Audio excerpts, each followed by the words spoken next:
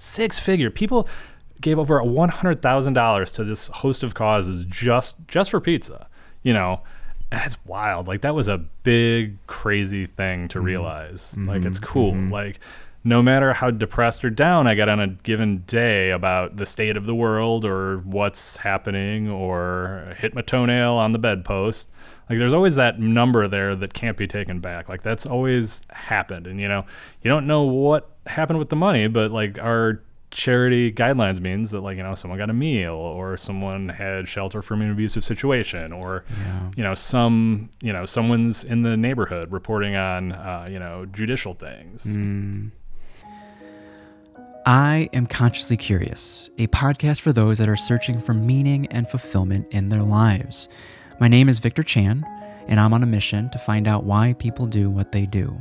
I've interviewed white collar to blue collar, entrepreneurs to passion projects, and life is just too short to not produce meaningful work. Thanks for tuning in.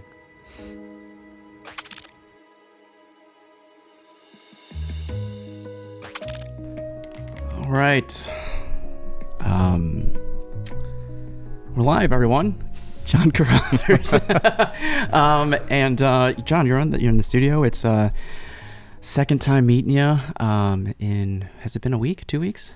Last Thursday, yeah. Last Thursday, almost a week. Happy Tax Day, April 15th. Man, I got them done on the 14th, and that's amazing. God, you know, Tax Day is, sorry, I know it was just banter, but, like, Tax Day is when I realize how much money I spend on pizza stuff throughout the year. Okay. At least, you know, I get a little of it back. You know, funny enough, is it incentivizing you to eventually pursue the nonprofit? It ought to, but if I was any good at paperwork, I'd probably get my taxes done before the 14th. Well, at what point are you going to bring people on to help you for you know, paperwork and tax stuff? And you know, I do. We use an accountant, but you know, I still gotta, like, it's just combing through Restaurant Depot receipts and, like, going like, Jesus, I pay MailChimp that much every month, and then promising my wife I'll find a cheaper solution, and then next year I'm like, Jesus, I pay that much on MailChimp every month. Yes, it can all be written off. You know, it's all above board, I'm sure.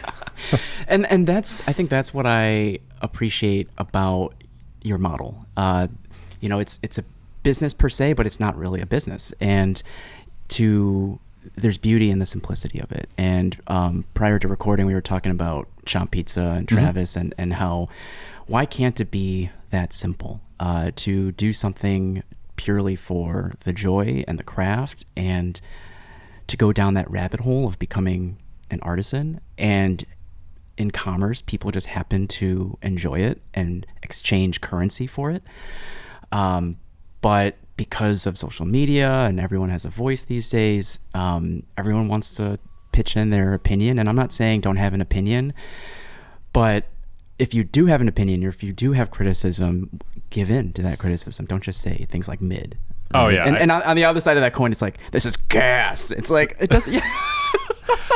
It's just, I don't know. Like the kid, I try to be, like, kind, right? The people saying mid, like, spent, you know, 2 years going to virtual high school and maybe lost a few key communication indicators, but, like, holy shit. Like if you say, like, you don't tell me anything about the food, you tell me that you don't know how to communicate about it. It's like, I'm sure we had our own annoying slang. I was never cool enough to do that, maybe, but, like, surely something we were doing as kids was bugging the absolute shit out of the restaurant people at the time. Although it is a lot easier to just find anyone's unsolicited opinion, and maybe that's the bad part. Right. And I told Travis, like, there will be a point where your true fans will come to your defense. Yeah. I mean, I can't read, like, I don't really read the comments on, like, if something of mine gets posted. I really don't read the comments if it's, like, Travis, or if it's, like, Robert at Millie's, or Paulie G's, because I'm just gonna sit there, like, yelling at a cloud. Like, who cares? Like, none of you know what the shit you're talking about.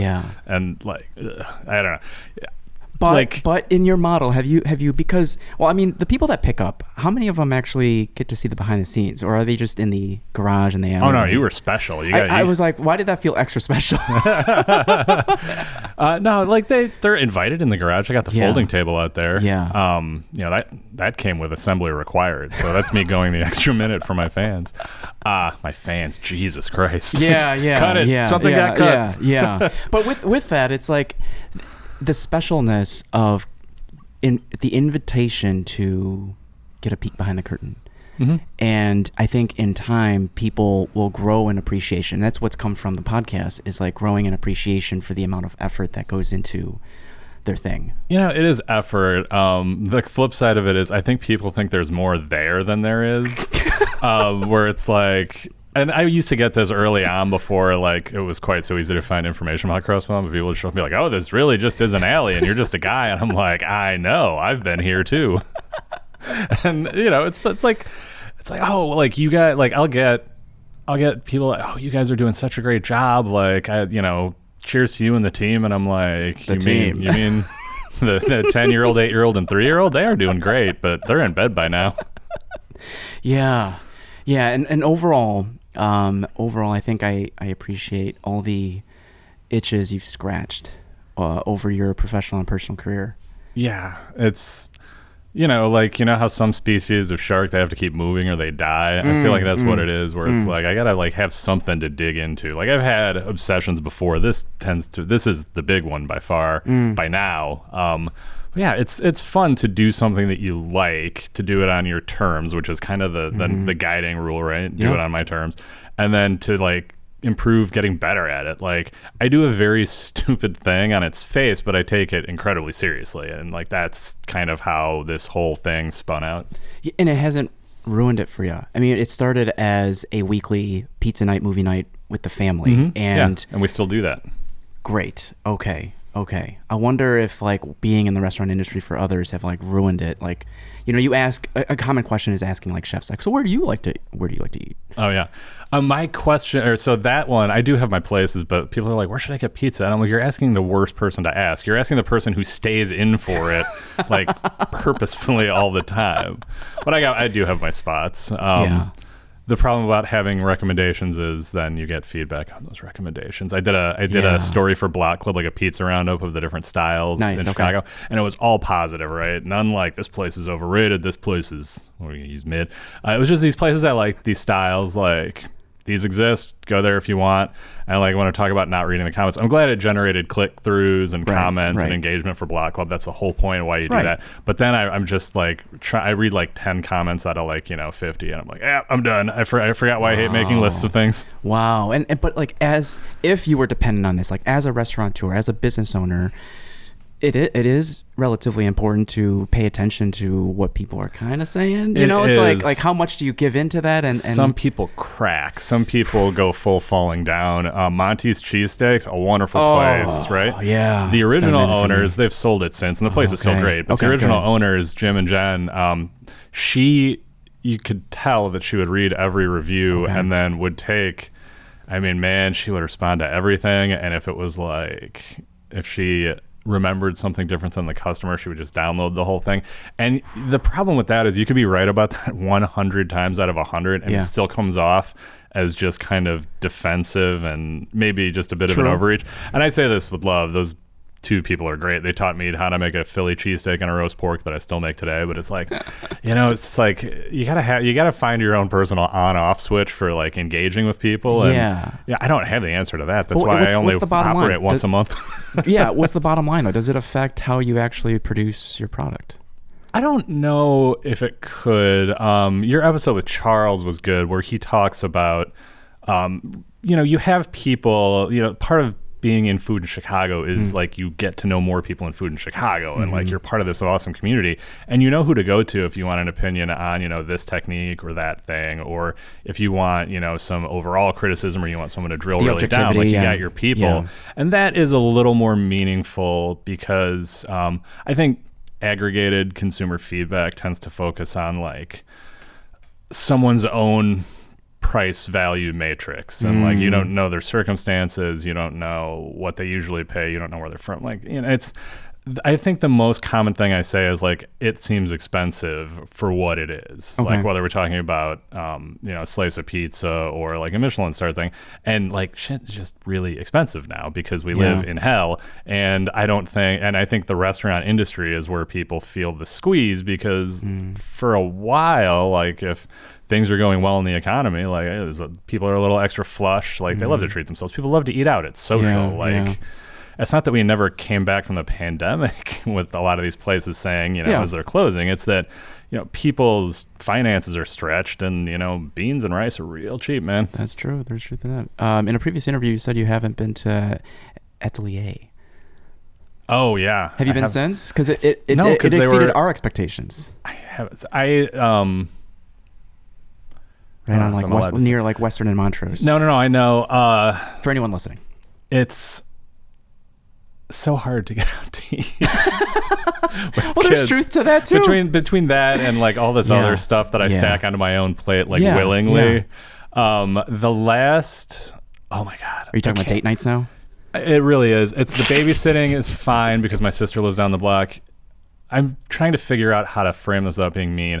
I went and had a destination dinner out, prefix, fancy wine, the whole thing. Yeah. And it was so disappointing. Okay. No. Yeah, for sure. I felt like I was at a party that had been going since 2013, and you could really tell that it was 2013 when it was really fun. Oh, interesting. And then, I live not too far from the Hop Leaf. I go to the Hop Leaf. That place is like France was there yesterday. a solid, it is a bar first. Like they specifically. I didn't know there was no kids inside. Yes. I did not know that. Yeah, we have stopped ourselves from trying to bring the kids there because we're like, oh, right. And people say he hates kids. He doesn't hate kids. He's not what he wants in the business operation for XYZ reasons. He raises a lot of money for the neighborhood school, too. Okay. Which I think is kind of a funny way of responding to that. But anyway, so I live by the Hop Leaf, and I'm sitting there eating this dinner that we spent like probably $500 for, like a real once in a lifetime thing. And I was like, man, I wish I was just eating fries at the Hop Leaf right now, like on my third Belgian beer. And it's deflating to do that, and it makes you like want to do the next thing. I don't like, again, I will never tell anyone what this was or where it was, but as much as like having that super fancy like exceed expectations meal can just like take you somewhere that you could never go yourself.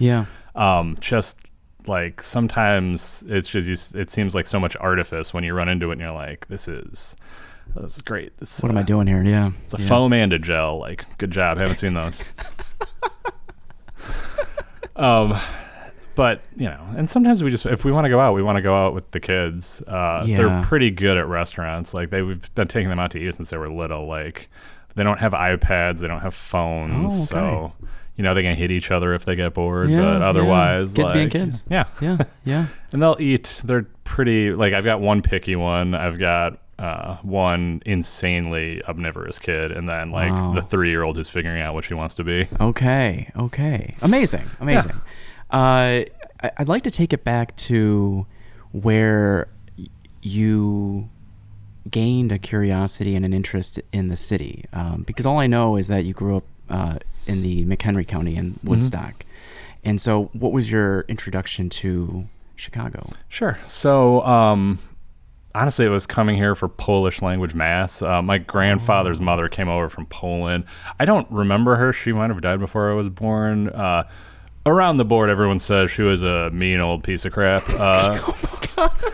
But she, my grandmother didn't like her, and my grandmother was delightful. Okay. But he, they were on Pulaski Park, the park in what used to be Polish Triangle and is now, have you tried our concept yet? Ville. And so they had they had this little apartment. Eventually they get into the funeral business. So Brandt Funeral Home on Fullerton, it's still there as a building. I want to say it's condos or something now. It still says Brandt Funeral Home if you go look at the facade.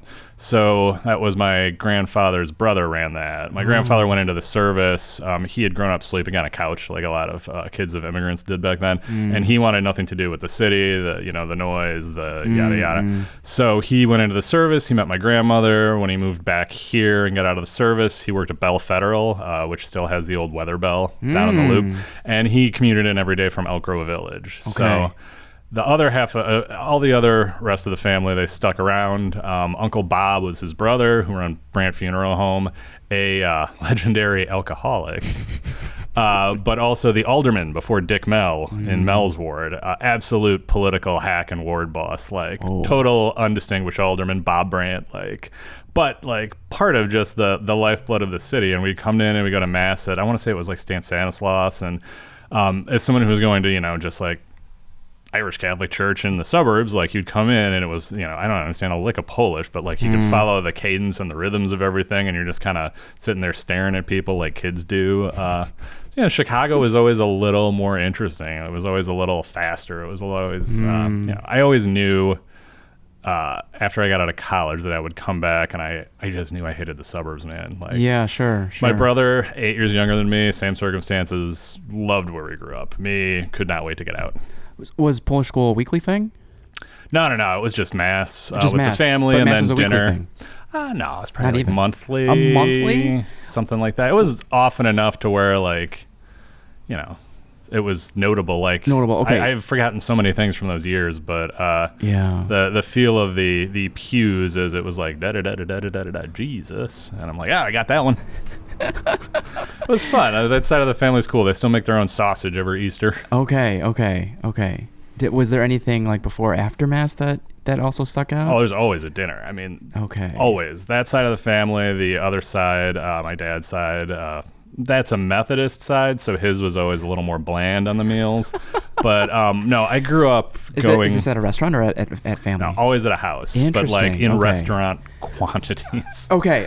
My grandmother's family is from Nashville, and we would spend summers there. Same thing, just big, giant meals. I literally just came back from spring break. I was in Nashville seeing the family with the kids. Okay. Did the same thing, like spent the whole day cooking for, just a whole giant table of family to eat, sausage and pizza. And it was fun. It still was always the big thing. It was an unusual Sunday if we weren't doing dinner at my grandmother's house. I'm just trying to wrap my head around what stuck out to you, about Chicago. And you mentioned pace earlier, but yeah, I'm just like, what was it? Well, I mean, if McHenry County is still a collar county, even though when I was growing up, it had cows still that I could see from the front porch. Wow.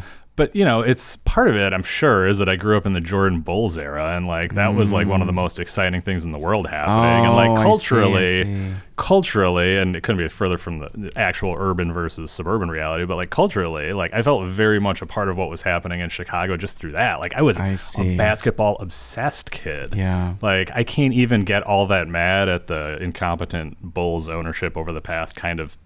Yeah, people are like, are Garpax coming back? Yeah, right. Just because like that was such an amazing, exciting time. And like Chicago was always where the news was coming from. It's like we'd go in for Jazz Fest every year. Okay. We go out for Venetian night and see the boats. We'd come in for the fireworks. We used to wander around what was later Millennium Park, but then was just a old rail yard. You really weren't supposed to wander around. Oh, okay.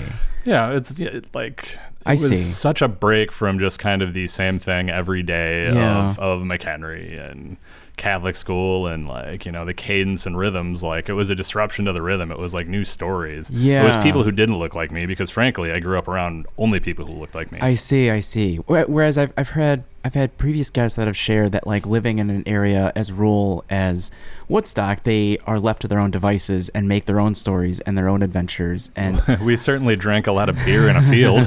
Some of those individuals have gone into theater because of that. Yeah, I mean, I don't want to bag on it too much. I didn't have a bad, No, there's no right or wrong. I enjoyed There's it, no right or wrong. Yeah, and this is why I chose like a large state university way far away from where I went to high school too. Like I went to the University of Tennessee. I knew I liked Tennessee just from visiting family down there. Okay, but I wanted to be able to get lost in a crowd. I'm a person who is like really likes being in the middle of something, but like kind of keeping to myself. Okay. Like I've always really enjoyed that. That's kind of the vibe you have right now. Thank you. Okay. So aside from family attracting you to Tennessee, was there a certain program or thing that you had your eyes set on as far as what you wanted to study in college? Oh, first I was going to be an FBI special agent, and then I was going to be a lawyer. You know what's wild, though? I only ended up at Tennessee after deciding not to go into the Army. I was going to take, a test and then enroll at an academy, and the whole idea was I was going to be an Arabic translator. and they would pay for my college, and I would get to like, do all these cool things and world travel and all that. And I was eventually like, no, I think I do just kind of want the traditional college experience. I think I want to do it like this. But I'd been talking with them, and I was like, thanks, but no thanks. And I said that it was like September 5th, 2001. Oh, shoot. And I was like, oh, man, yeah.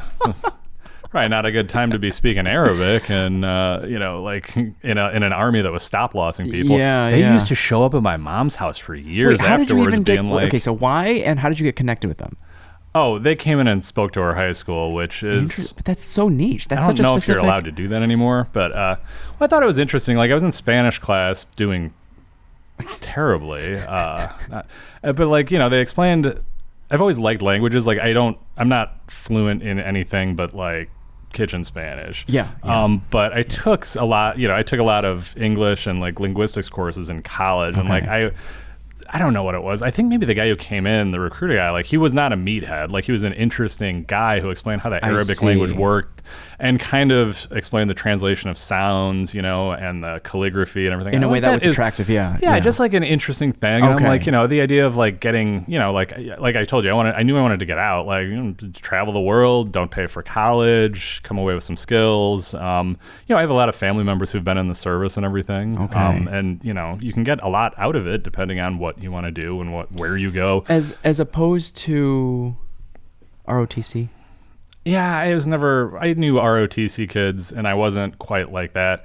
God, we had a big ROTC program at Tennessee, and I was in a fraternity. I used to stay up with this guy, and he was like, people use the term tough as a nail, but I never really understood it until I met him. He was the nicest, kindest guy you ever met, but like, when I say tough as a nail, I don't mean like he was a meathead. I mean like he would stay out like on the porch drinking beers with us and like listening to music or talking about, just like life like you do in college until like 4 a.m. And he'd be like, oh, geez, I got to go. And like he would go inside, splash some water on his face. Go to class. And then we'd see him. No, we'd see him. We'd still be out there like degenerates. And we'd see him not just running with ROTC, but like 20 yards ahead of the rest of the group. And it's like some folks are built different. They are. I know a guy like that. I think he was like immediately into Ranger school, like after he graduated. But like just like a guy who is kind and fascinating, but also you'd be like, that guy is like built differently. Yeah, the David Goggins and the Jockos, but like, without being meatheads, right? It's just like, just like physically or mentally, like by both, some kind of different level. Yeah, that's interesting. So if it wasn't, and when you got to Tennessee, you didn't, that didn't appeal to you, ROTC, the service? No, I decided I was gonna, I got into writing. I had done like a GeoCities, like heavy metal review site when I was a kid. And part of it was just like learning a little bit of programming and like, this was dial-up internet era. Okay. But people would always tell me like, oh, I like those album reviews you do. Like those are cool. And I would do them every now and then. And then, I don't know, maybe it's because I didn't have the Alabama accent, but when they put out at the student paper for like, we need writers, everyone in my fraternity is like, you should do that. Yeah. I was like, is this because I watched Frasier and you walked in and saw that? But we had at the time the Daily Beacon at Tennessee, a daily I want to say like 20,000 maybe it was 15,000 circulation paper. So Monday through Friday, 5 issues a week, and I flew into that because I could make $10 an article, which is at the time hilarious, but I was like, I don't have to get a job in the lunchroom. I don't have to get a job at a restaurant if I just churn out newspaper articles. And I did that so much that they asked me to start copy editing because they noticed my stuff wasn't coming through with a lot of errors. And then I was like an editor one year. They offered me a column, and then my senior year I was the editor of the paper. And it was great. Okay. And it was all because I didn't want to, work anywhere else. Yeah, clean dishes in the cafeteria. That's so interesting. And like at that age, most people aren't as thoughtful or intentional about long-term career goals. You're just kind of following an itch. It's kind of was what I like to do. I don't know if I've ever had a plan. Yeah, per se. Which is okay. I like doing this, and then people are like, oh, he's pretty good at doing that. We'll pay you to do that. And I'm like, oh, great. Yeah, let's do that. How much leeway were you given? Or did you get to write about things that you were naturally curious about? Or did you stumble into things that you ended up being curious about? It's kind of a mix of both, right? They don't let you just come in and write, like back then. Now it's, I think, a weekly paper and mostly an online thing. Yeah. But back then, you couldn't just write entertainment and you couldn't just write sports. Okay. You had to do like entertainment and news or sports and features, because like every department back then had as many sports wannabe sports reporters and wannabe entertainment reporters as they can handle. So I got to do a lot of entertainment because it was like I was pretty good at it. But then, you would learn, it was like that's how I got into feature writing. I used to read these cool magazine features. Like I was a Sports Illustrated subscriber. I mean, for decades. And like the thing that I always fell into is these big, like long form stories, the kind of journalism that's frankly disappearing. And I would always read these and be like, look, I know how to string sentences together. I know how to do this, but like, I don't understand how people do this. Like, how can you envision something this in depth and this narrative and this compelling?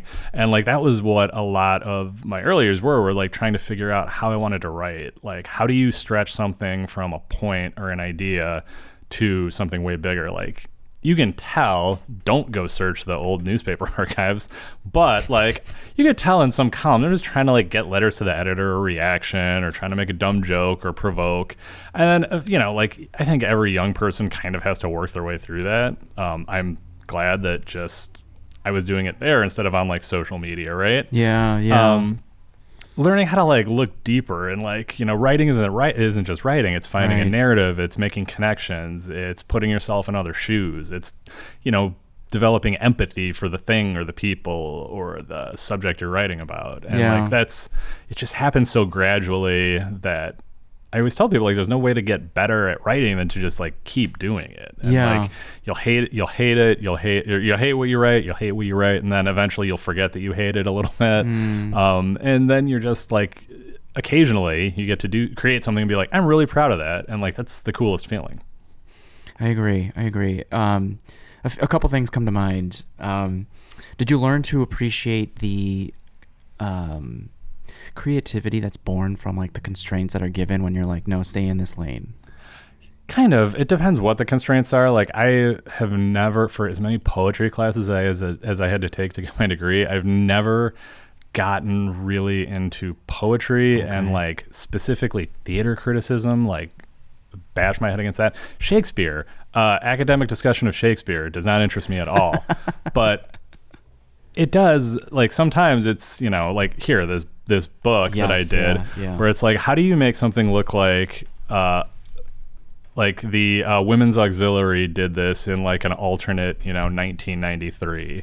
How does this look like a yard sale find that you're somehow buying from, the buddy store down at the cultural center? And it's, you figure out what you want to define within your constraints, and then you do the most interesting job you can with it. Yeah, I agree. And then the second thing that came to mind was, are major publications a dying breed? With the prevalence of social media, and I think these days Substack, and everyone needs to make their own cut per se. And dude, all right, two things. One, I think they were a dying breed for a long time. Like even when I was back in college, all the journalism professors were like, don't go into journalism. Because I already have the professorship and I'm not going anywhere. Damn. But they stopped really dying off like they used to. The problem is now they're just like items in rich people's junk drawers. Like they're these ego purchases that, I mean, like you've got the Washington Post, who's owned by that spineless bald guy. You've got the Times, who's so afraid of what happened to the Post that they will appease anyone. You've got, what else, man? Like the Tribune is a series of pop-up ads. It's because the people at the top, or like when you're so big, like how are you so amenable? I have no idea. I think that whatever keeps the money coming. I don't know. I'd like to have enough money to lose my integrity, and I could come back and we could talk about how it happened. I don't think you'd let it happen. Just give me enough money. We'll find out. Does everyone have a price? That's what I kind of wonder about. Like, you just don't know people. And I think I'm all right, but I don't know what rich me is like. I like to find out. Yeah, yeah. Well, that's the thing. It's like another side tangent is you are secure enough to not have to make Crust Fund into a business. Right. Wait, forgot about the Substack thing. Okay. Yes. Yeah. I find Substack to be tremendously fucked up in how it speed runs rage bait. Okay. So it is a platform that I am on because I do occasional guest posts for my friend Substack, Dennis Lee. Yes, I don't know if you know Dennis. Yeah. I'm a subscriber. Best guy. Or not a paid subscriber, but yeah, I do get his newsletters. Pay that man. But so I'm really only on it for that, and like my old boss and friend Doug Velicky, who does a really in-depth he was your boss, huh? I was gonna bring him up eventually. I did a headshot for him. Yeah, and he he does a really great beer industry newsletter that is independent, which means there's beer crunchers. So, and he doesn't care about getting invited to things or getting free this or that. Like that, he's like one of the few people in that industry who will tell you how it's going down and why. Yeah. And so just like I have a handful of ones that I subscribe to. Beer Omakase, Shayna Solarte, and Jenny Faflin. Yeah. Yes. But anyway. So you're saying so Substack, I'm not really on it, right? Yeah. But I clicked whatever, like, don't just send me emails. You can send me the occasional notification. Okay, so, like, theoretically I get. But, so they group them, yeah. Yeah, but then it sends me notes that are completely unrelated that are, I think, chosen to be somewhat upsetting on my watch, where it's, like, related to politics or related to culture war or whatever. Things that I don't even have active follows or subscriptions to.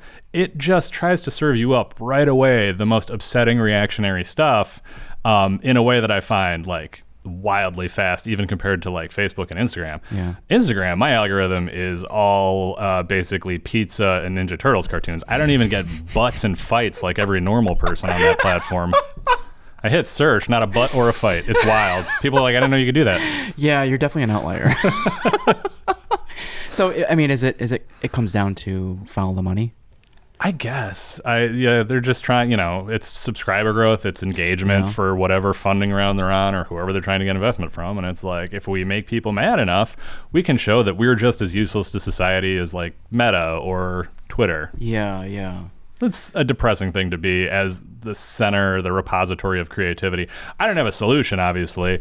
I wrote everything in a book and printed it on paper and wrote it down. And, we probably sold 200 of those. Yeah. That's no way to mass communicate. But in a way, there's something special about something that is a living, breathing document. Yeah, it is. And I like can rest on a table, A lot of people that I really like, including Dennis, they do, great work on Substack. Like, it's good to have it, even if the execution or the economics of financing it is just like specifically aggravating. Yeah. Like, it's like my kids are just going to go to school with rotary phones or something when they move out of the house. Yeah. I mean, so would you consider just a Substack but keeping it free then? I have a Patreon. Yeah. Because over the years, people are like, oh, let me give you some money, and I'll never take it. And I don't want to tie it into the pizza drops. But occasionally I'm like, okay, I do buy a lot of cheese. I do buy a lot of tomatoes. Mm-hmm. So, I'll be like, okay, so let me write this thing. I'm going to print it into a magazine 2 times a year. And then, like, this is our transaction. You get me with no editor, so it's long and blathery. But you also get, like a thing, either a PDF or a printed mailed to you thing if you want twice a year. And then it's digital and it's physical. I feel with Patreon being out there like, hey, you're buying my tomatoes if you want. I write sometimes. It's less like Substack where I would feel the need to keep the ball in the air. I have friends who are creators on Substack who feel like a lot of pressure to not fall off, to not miss a beat on there because like they're worried what'll happen. They're worried either that, they won't be shown to as many non-subscribers or that their subscribers that they do have will feel kind of shorted or something like that. And I have, I think, enough pressure points in my life. I don't need to add that specific I understand that. Yeah. I mean, that's a similar sentiment to the algorithm in general. It's just like if you're not consistent enough, you will drop off. Yes. So sorry, what did you ask me about before I interrupted you to shit all over Substack? Good question. Good question. It was...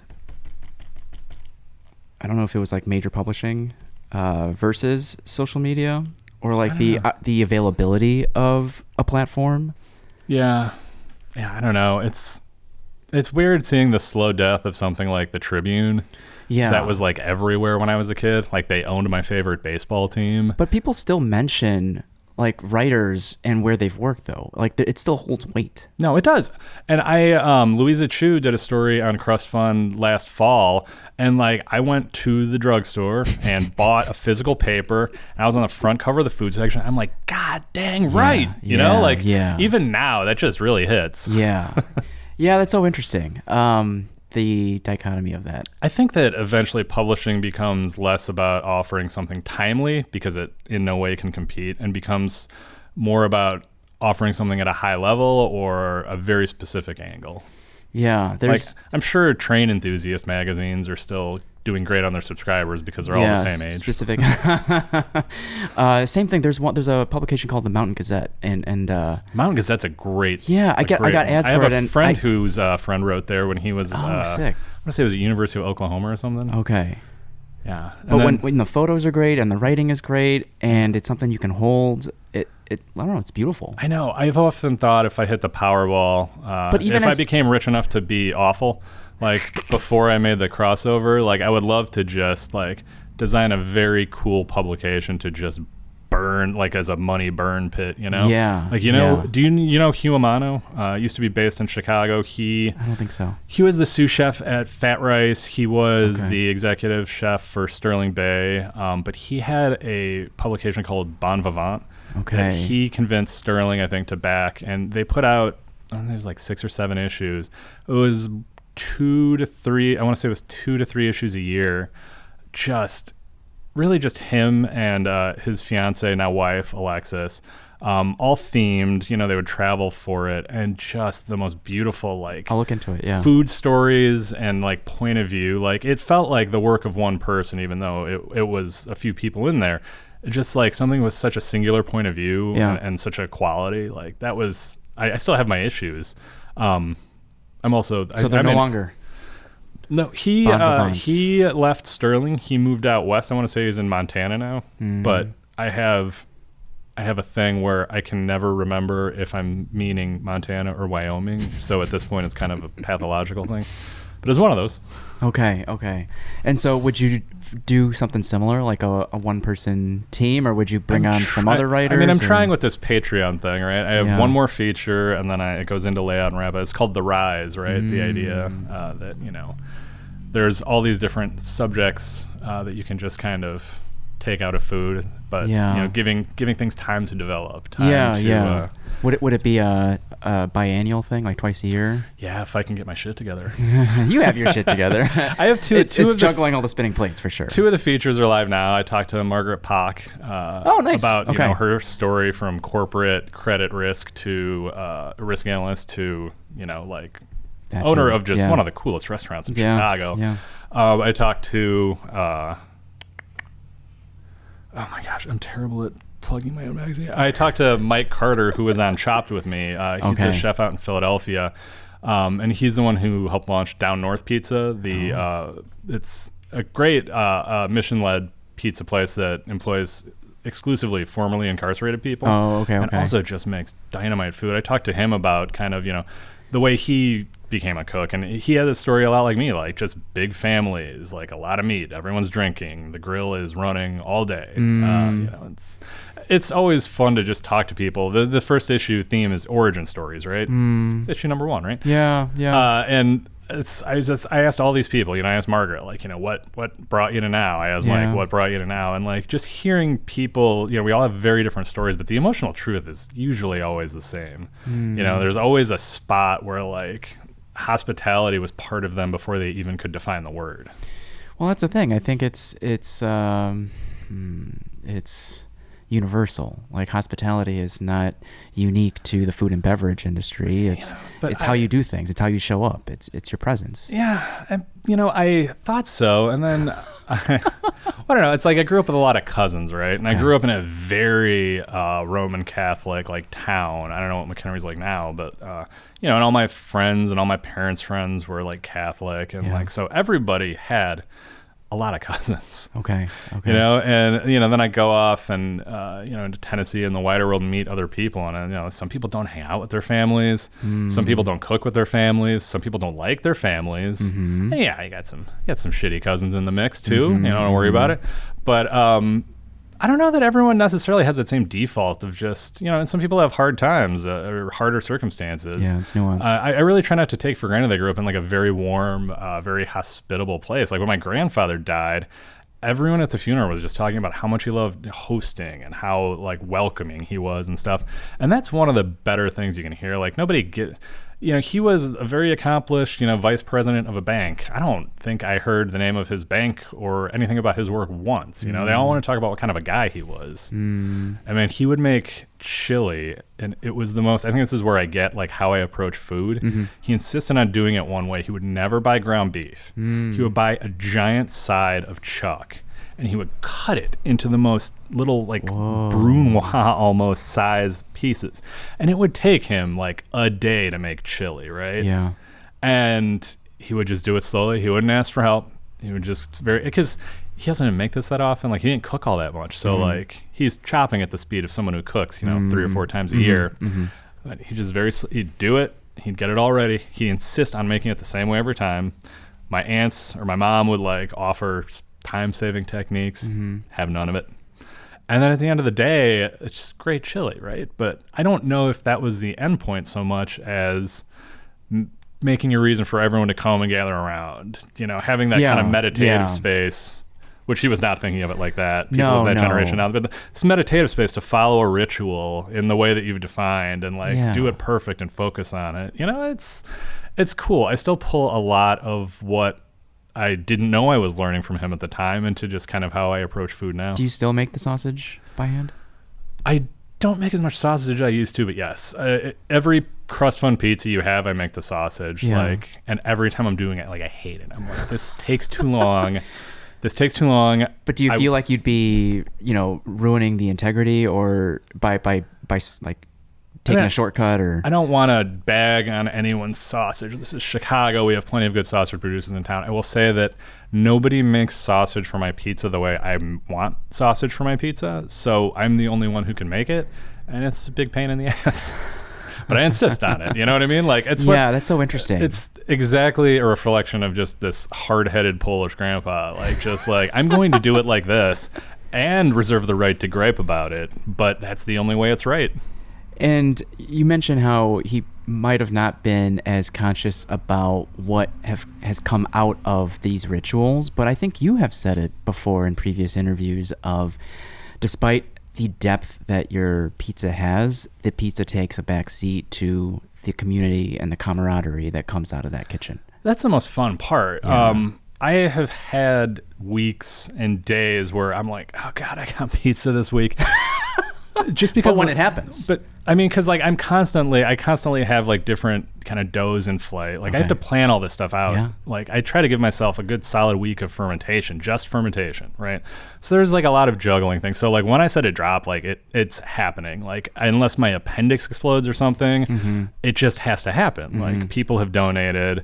Rescheduling it would be 5 times as hard as just doing it and hating it. And I've had weeks where I think I'm going to hate it. Or it's like, I don't feel so good. Not sick, but, like I kind of down or, not 100%. Like, or it's cold or like, whatever. I don't feel like it. And man, switch flips every time. I meet awesome people. Like I still love the physical act of cooking. I love the just flow. I mean, and like service is a bit grand of a word for it, like putting out 12 pizzas or something, but like the flow of the rhythm of getting food together and then cut. So when does the switch flip? Is it the morning of? It's usually, no, sometimes I'm like, you gotta finish these things. I should have done it last night. Like, you shouldn't be up in here. It's very whiny up in here sometimes. But as soon as it happens, like as soon as I meet the first person, it's so nice. Like people, like I'm standing in front of someone that I know gave their money to a cause that I really believe in Chicago. Like they're helping inch the world forward, and part of it, I guess, need to be on my phone less. Like every other day, I'm like, well, wake up, let's see what's bad. Like notification, unintentionally, Substack wants me to reply to this Nazi. Great. Oh my gosh. But then, frankly, I can't ever use my phone during these drops. Like I make too much work for myself. Yeah. Like it's great. I'm not on a phone. I'm not on a screen. I am meeting people who share, the interest in moving things forward instead of bemoaning, the current state of things. Sometimes I meet, some of my people who've come several times, like regulars, like have just become family friends. Wow. Which is amazing. And I don't really ever think I've had a bad interaction out there. I've had people who were perhaps taken a bit off guard that they were picking up in an alley. Truly redacted. Yeah. That's really kind of gone away now. Like, cause the word is out there. So then as long as you've been doing this, like, is there a part of you that's worried about that people are entering your private space? Well, no, this is the thing. It's not really my private space. It's where the garbage trucks live. It's kind of funny. There are two reasons that it started in the alley, okay? One is this was like height of COVID pre-vaccine, so we didn't quite know what was safe and not safe back then. Yeah. And everything was drive-through, this and that. And so I'm like, well, I got a place people can drive through. And the alley is closer to my oven than the street. Okay. So that was a big factor. Instead of the front, go to the back. Yeah. But the other thing is I didn't want to give strangers my address. So and there's no numbers on the garage. So there's no numbers on the garage. No. There are numbers on the trash cans, but Chicago being windy as hell, like people have flip-flopped. Everyone's got each other's trash cans.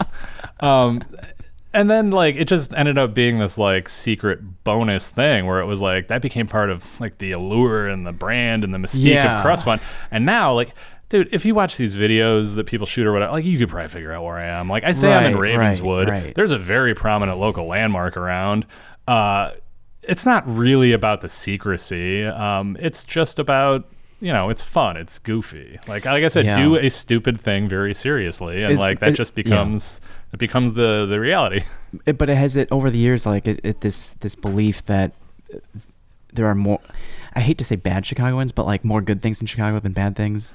Like not too many nefarious people trying to cause harm on each other. I mean, that can happen to you no matter what you're doing. Yeah. And where you're at. Yeah. Right. Yeah. Like, you can get your car broken into in Lincoln Park. You can have a beautiful day in North Lawndale. Like, it's just that, like millions of stories, millions of lives, millions of moments in time. Like, I know. We live in a chaos blender. And like, I don't think it's unusual. I think it's funny that having had the talk with all the neighbors, Ari, like, what are you doing out here? Like, when I'm out there, honestly, I probably have more eyes on me. Like, there's probably less opportunity for unobserved nefarious activity on that alley than any other night in the alley. Yeah. I mean, and the neighbors have been supportive? Oh, the neighbors are great, yeah. Okay. The neighbors, the neighbors have been over for pizza. That probably helps. But helps. it's funny. It's not like we had a block meeting or anything. We're two different blocks because it's an alley. It's just one. I've had like one interaction after another. Just like, hey, what's going on? I wonder if you're closer with the neighbors across the alley. Yeah, and they're without having to say it, it's just like because I think like we just saw a car pull out of their spot. It's just like I'm sure like there's like more foot traffic out in the alley than in the front. The funny part is like the neighbors who live like a little further up the alley, like I don't know all of them. Yeah. And when we're out there in the garage, like party lights strung and the table out and everything, like I'll see people just drive by and just do the yeah. That's pretty fun. But no, I don't consider, like when I open up like the garage is that garage in the alley, the alley's not mine, but I'm opening up the garage, right? Yeah. Cars are parked elsewhere, like chairs out, beer in the cooler. Yeah. I don't consider that a private space at that time. Okay. Like I don't want you coming back the next morning to hang out in the garage, but like during Crust Fund, like I very consciously define this as like a place where people are welcome. Yeah. And I also tell them in the email, you don't have to stay here either. Like there's a big, beautiful park there if you feel like taking it al fresco, like right that way. Yeah. There's a liquor store on the way too. You can get your whole, I'm going to get zooted in the park and eat a whole pizza checklist, like just on the way. It's like a block and a half. I've never heard that word. I might have heard it once. Zooted. I love that. No, I mean, I don't know what you call drinking liquor in a public park. You're not supposed to do it. Yeah, you're not. Don't do it, kids. It's not my official recommendation. I used to work for the Park District in college, the McHenry one, and like, you know, that's how I learned that Ice House was the cheapest beer because it's what I picked up from the park the most times. Oh, interesting. Yeah. Interesting. Oh, wow. So should we go back to the timeline? I mean, so you've had various roles in publishing and writing. Mm-hmm. When it came time to thinking about a big boy job, like how do you navigate that? Well, I took the first one I could get out of college. Newspapers were dying. So I took, and this was just like a summer job, but I moved from Knoxville to Molokai and worked for a rural. Hawaii? Yeah. What? Yeah. Oh, sick. And Molokai, out of all the islands? That's so wild. They had a newspaper. They actually had two. I was working for one of two competing newspapers back then. It was backed by John McAfee before he went like fully off the deep end. Oh, wow. His cousin was the managing editor. Lovely guy. Pretty sure he was sent there because he couldn't source cocaine on that island, so he could just manage the paper and get blackout. I went to a cockfight there. What? Yeah, in the woods. Anyway, it was a great That's newspaper. Amazing. But it was a great newspaper. But I knew I wanted to be a newspaper person. At the time, I was very much like writing for writing's sake. I thought that you have to write and write and write, and that's all you should be interested in. And then you're a writer. And like in the years since, like it's developed that like no, writing is a way you can prop up like other things you're interested or passionate about. But anyway, first job, Molokai, reporting on a lot of like agricultural stuff. That's a very small island, very like rural, dusty. It's not the Hawaii. I think you're it's the only one of. I haven't been to. Yeah. I had to get a permit from the Hawaii Department of Health for one story to take a mule ride down the world's highest sea cliffs, you know, and then the Hansen's disease, you know, the leprosy colony, was at the bottom of those cliffs. Like that's why they were sent there, because it's protected by like a natural reef and sharks. Cliff, it's like, you know, it was a prison in everything but name. Yeah, yeah. And so we went down there. You know, people still live down there on the. I don't know how many people are still alive. Well, people who were sent there, from the islands, and they there's, when I was there, it was probably 40 to 60 people, and they lived for free on the Hawaiian government. As you know, I mean, this is like the best they can do for people that they took away from their families. They can leave. I mean, that disease has been cured forever, but you know, if you have been in this isolated culture, if maybe you've lost, eyes or digits or whatever, you know. You don't want to feel judged in the outs, so they stay there and they keep their community, and they've got like world-class medical care. Oh, wow. Only way to get down there is with a mule. I've never heard about this community. A dangerous hike or like a plane. Whoa. Yeah, and so I went down there to cover one of the anniversaries, and it was amazing, you know, to meet these people from this moment in time that everyone assumes is just this far back historical spot. But these are people who were kids, you know, when they were taken away from their families and sent there. And, you know, they grew up with a really scary disease, on this very isolated colony that, you know, people were so scared of this disease that, like, you know, it was like very punitive. What did you gather? Did you gather that even a community like that can still find joy? It was one of the most joyful communities I've ever been to. You know, we went to mass in a church hand built by, I think it was Father Damien DeVester, who, the founder of that colony, who is, in retrospect, a maybe not saintly person. I'm not familiar. There is a whole range of you know, colonialism, if you want to call it white colonialism, or religious subjugation or whatever, that we don't need to get into. Sure. But it's, you know, stepping into literal history that people consider so far away, interacting with people that, you know, people just assume like, oh, that was back then. And, you know, they've still got a close, close-knit, joyful community. Now, there's truth to, and there's no right or wrong with this, but like joy through ignorance, like not being aware of the world outside of your community, and that's okay. But we watched the new Trevor Noah special on Netflix, and he had a point about, despite the world being on fire, like the macro is in flames, to still continue to not forget about the micro, about, like, you know, let's say someone just graduated school and they're throwing a party and they make an announcement. they're being shamed for wanting to celebrate this achievement, this milestone, because of the state of the world. Oh, you can't get It's that like, state of the world stuff, man. How can you be joyful and how can you celebrate at a time like this? Yeah. And it's like, but like, isn't that the whole How can you point not? of why we're trying to fight for this? Is Right. to, right?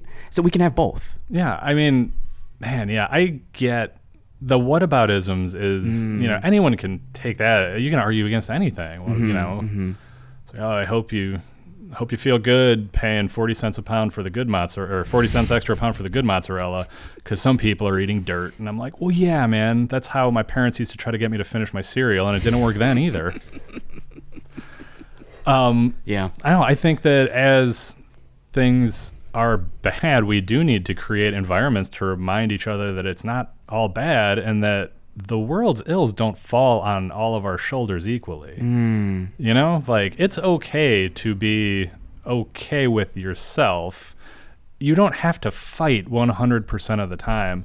I would say early on, you know, in Crust Fund, like, I would get so mad about different things. A lot of the charities that, you know, like, I'm often setting up a drop, like, and the charitable thing is in response to something that is, you know, like we've done more drops for immigrant rights I served, this year than I would in a less dark timeline. Yeah. And some of that would like make its way out, like, especially when I was on Twitter, rest in not peace. Like, you know, just like, I would bring a lot of negativity, frame things around like, you know, negativity and like, this is not right, this is not okay. And this is maybe just a me thing, but I found it easier to be just as purposeful toward the same ends. Yeah. But celebrate the joy and celebrate that we're trying to do something. Focusing on Like, different things. Yeah. You know, the cool thing about Crust Fund is a reminder for me that, like, the world has never stopped, or like, progress never stops or moves entirely back. There are always people moving forward, even in the worst times. And like, you can focus so much on the negative, and all it will do will kind of blacken your heart. It doesn't help other people. It just hurts you. Yeah. A lot of pandemic success stories. You know? Yeah. How long did you remain on Molokai? Until I noticed that they were trading ad space for free sandwiches at the deli. Now I got a lot of free sandwiches out of that. What? But I'm like, this is not stable employment. So I came back. To Chicago. I also, like, I loved Hawaii. I loved a lot of the people there. I still talk to some of them. I had beers with my old editor not long ago. But living that far isolated from kind of everything was not for me. Yeah, at that age, you want to be a sponge, you want to experience things, and there's beauty in the simplicity of life on the island. Yeah. We recently had Nate and Diane from The Local Boy on, and they share a similar sentiment. It's like they like the opportunities and experiences that are available to their son. He's in hockey, which isn't available on the islands right now. Right. Oh no, the islands are crazy. They're from Lahaina. Yeah. There is a huge following and like TV broadcast of like high school sports, just because. Oh wow. Like high just school, something to do. Like, I would go to the bar, and sometimes the guys would be like, "Can you turn on the girls volleyball game?"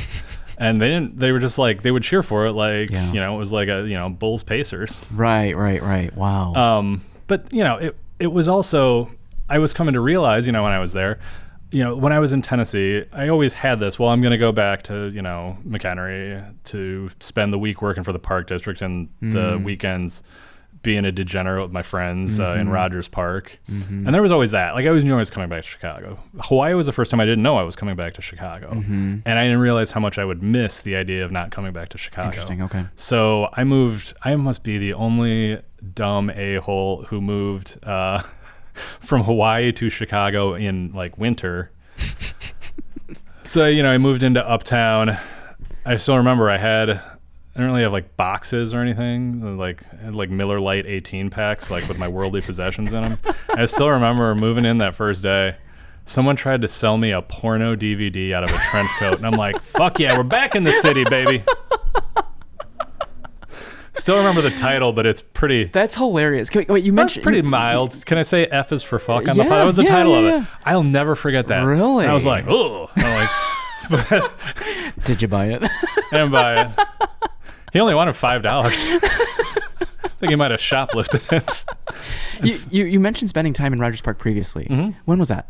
That was my buddy Steve Robertson, still a close friend of mine. He went to, I don't know, I say his name like he's in hot. He's a industrial lighting salesman, but he's a wonderful person, and he's an old friend of mine. And he was at Loyola, and I always had the open invitation to crash on his couch. And he lived in one of those apartment buildings near Loyola where like the sun comes off the lake, and but you don't realize how that can turn into like a laser. And so we'd go out all night. And then, like, once the late great Nick's Uptown was closed, like, you really can't get a drink anywhere. So go back, tried not to fall asleep, and end up at Howard and have to take the thing 2 stops back. I've done that. And then, I'd wake up on his couch with like just this death beam, like. Hungover in your 20s is fine, but hungover with the lake sun blazing on you, it's probably what it feels like to be hungover in my 40s. Yeah, interesting. And then interesting. McDonald's biscuit, back to landscaping on Monday, and then Friday I'm just fighting traffic to get back in and do it all over again. These are summers in college. Amazing. Yeah. Okay. Good. So you have this healthy relationship with Chicago. I always knew. And then that first Uptown apartment, I was like, this place is mine. Like, I'm no longer visiting Chicago. I'm no longer the suburban kid. And I didn't really clock this probably because we had a pandemic in the middle. But now I've lived in Chicago for way longer than I lived in the suburbs or elsewhere. Yeah. And, if people are like, well, you weren't born here, you didn't grow up. And it's like, my great uncle was an alcoholic alderman. How much more Chicago can you get? Yeah. Would you say it's akin to people's gripe with tavern style pizza? It's totally, like, I'm more Chicago than you. I'm like, I don't know what to tell you, man. I'm sorry. Yeah. Like, I send my kids to CPS here. Like, well, how much more all in can I be than that? Yeah. Yeah. How much? You last year you crossed the 100,000 mark too. Yes. On the Crust Fund. It was wild. So I made a special pizza for that. Once I got into like spitting distance of that, I was like, all right, I've got this amount that lowers month to month, and whoever wants to bring it to exactly $100,000 can get this pizza. And Rob Levitt from the Publican, he's invited me there to cook a few times. He's a friend of mine, best butcher in Chicago. I mean, it's incredible. Wow. And he's the executive chef of the Publican now, but he was the butcher that, he started this world-class butchery program. And so he's like, dry-aged ribeye, like, I got you whenever you need it for this. So I was going to do that. I was going to do this thing that I've been meaning to do for years with jardinera, with caviar is kind of the brine element. I've never seen that combo. And then just like some light oil, a home fermented like champagne vinegar is like this really bougie caviar, right? Yeah. And whatever else on it. I'm like, this is the pizza you can get. There's only one of them. There's only, it's for this one person who takes us to $100,000. You get this, and then the pizza goes away forever. Because it's like that's a lot of prep costs. And like, I did like a couple local TV things on it. And the person who bought it, lovely guy, he brought, his old friend, and they just sat in the garage and ate the whole thing. But he's like, I just want a cheese pizza, man. I'm like, you're the big spender. So I've still got this caviar jardinera thing in my back pocket. Stay tuned this summer, but we hit that just this moment, like six figures worth of, and I'm telling you, this is not me guessing. This is years and years of people's PDF receipts in my inbox, adding up including the change, like if they're covering the processing fee or whatever, adding it all up every single month. And like 6 figure people gave over $100,000 to this host of causes just for pizza. That's wild. Like, that was a big, crazy thing to realize. Like, it's cool. Like, no matter how depressed or down I get on a given day about the state of the world or what's happening, or hit my toenail on the bedpost, like, there's always that number there that can't be taken back. Like, that's always happened. And, you don't know what happened with the money, but like, our charity guidelines means that, like, someone got a meal, or someone had shelter from an abusive situation, or someone's in the neighborhood reporting on judicial things. So despite him saying he just wants a cheese pizza, what do you think was motivating him to spend that kind of money on a fancy pizza? I years ago stopped speculating on what people do, but I just know that he's a good person who felt flush, and hopefully at tax time he got a nice little deduction. Yeah. Does that make you, wonder of, like you said, how much money will it take to break my integrity? But like, if you're generous now, I mean, wouldn't that just elevate the generosity? I don't know. I mean, so you're talking about money that passes through, and I tabulate it, but I don't take money, and I don't give that money back out. In most cases, like for the books and stuff, it's different. But this is all money that is the definition of easy come, easy go. Like I don't access it at any point. Now, if you're talking about a whole bunch of money in my bank account, like, I don't know. I'm just saying, maybe I'm just being too kind to rich people who are awful. But like, I'm like, I don't know, man, money, it's, I don't think it does a whole lot of good things. Like how many lottery documentaries do we got to see to be like, oh, that windfall is maybe not what you want. I see. Yeah. But if you were of your mind, I mean, I think you would think it's in good hands. You would think so, but people thought Elon Musk was cool years ago. God damn, that's true. Yeah, that's so interesting. I wonder about that. That's got to be the money, right? But like, let it reassure you that you don't need money to be generous. You can be generous with your time, with your attention, Yeah. No, really. People, I would say some of the most generous people I've ever met are people who can't necessarily spare it. That's what generosity is giving of yourself, not giving an amount. Yeah. Have these, I mean, you've made waves to that extent, to the point where has it caught the attention of some of these charities, and have they like wanted to take it next? Is there a next step? Like, how can we further this relationship? Yeah, I don't know. It's just but yeah, no, sometimes they're very, I get a lot of notes, very grateful. And like, I'm not good at taking praise. I'm very Midwestern like that. So I'm like, oh, yeah, there's no problem. I didn't really do anything. Yeah. And it's true that like I'm doing something that I find fun, and they're doing very hard work with very nonprofit budgets, and like one of us is putting themselves out there a lot more than the other. But it's fun. Like I've maintained lasting relationships. The only problem is it's so successful for some of these places that I get a lot of inquiries, far more inquiries, should find a different word for that, than I can like reasonably do. So what do you mean? You're getting inquiries? Yeah, just like how do we get on the Crust Fund list? I see. It's like a lot of these are people I know, and a lot of these are, and I'm like, I don't have all the time in the world, but I appreciate that you want to do it. And then sometimes it works. Like I'm doing a drop next month for the Gerber Heart Archives, which is a very specific thing. They are a repository of LGBTQ like foundational like literature and media and news from a time when it was pretty dangerous to be publicly out. And as we seem to be handmaids tailing the current run of society, like I think it's important for things like this to like, capture the stories of time and place and what was fought for, and what what's required to keep things equitable for communities, to keep things just. There's so many things to care about. Yeah. And do you just simplify and just say, like, what do I care about at this point? Yeah, but you can kind of get me to care about anything. Like, I think I'm a pretty empathetic person if you have troubles. Yeah. But when everyone's vying for your attention and for your help, it's hard, Yeah, and I don't want to put too much of this on me. It's like, I said plainly, I only have so many times I can make pizza, and, and how do you make it meaningful enough? People were throwing rocks at the cops at Stonewall. I just bought a bunch of Pizza Hut personal pan pizza pans off eBay. Like, one of us is not like the other.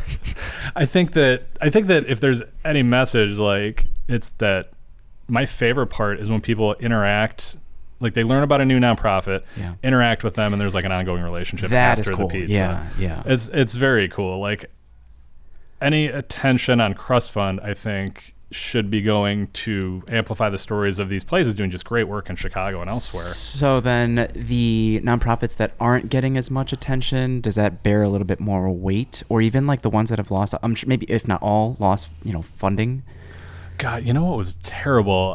Chicago House and Social Service Agency is one of the original nonprofits in Chicago that would work at all with clients with AIDS. I mean, at a time when people were dying and there was just terror, around this novel disease that was really poorly understood, they would work with people who needed end-of-life care, medical care, housing placement, advocacy. And I worked with them. I've done drops to support them before. I also, going back to when I was at Revolution Brewing, we would do events for them. And at one point, their CFO embezzled just an unthinkable amount of money for a nonprofit. And she went to jail and everything, but it's like just seeing setbacks like that, it's just like crazy, just tear your heart out, you know? Going back to that example of like, can money corrupt you?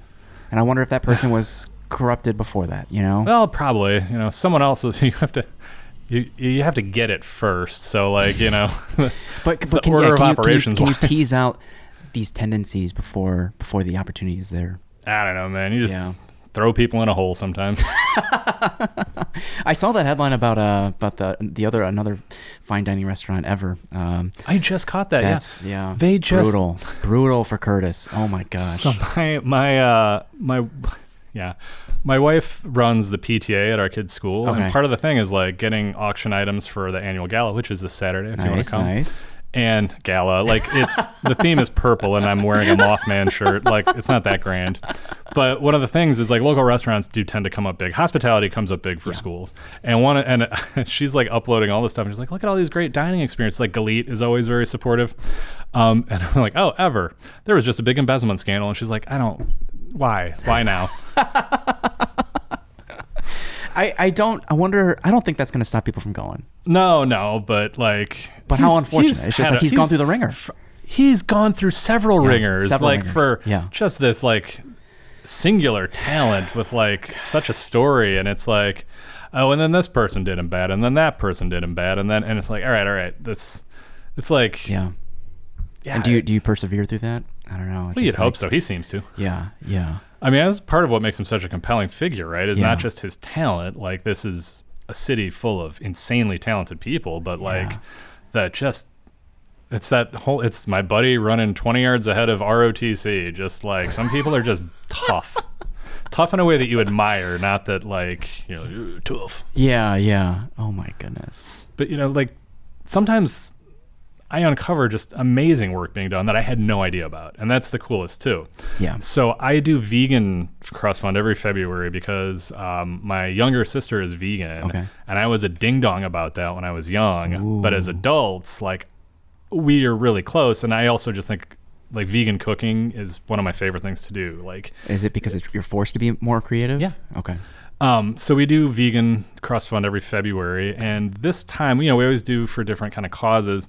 This year, since, you know, she lives in South Bend, I live in Chicago, we picked something kind of in the middle, this place that had jumped on my radar, and it is a black-owned, black-led newsroom called Capital B, and they have their, I think, original offices out of Atlanta, their original bureau, but they have a sizable bureau with amazing journalists in Gary. Okay. And they're reporting on news that affects like Gary and Northwest Indiana. Wow. And some of the work they're doing is like incredible. Like the investigation specifically of this well that was like this, you know, it's people would go there because they're like, oh, this public well, like the water's better, and like lead.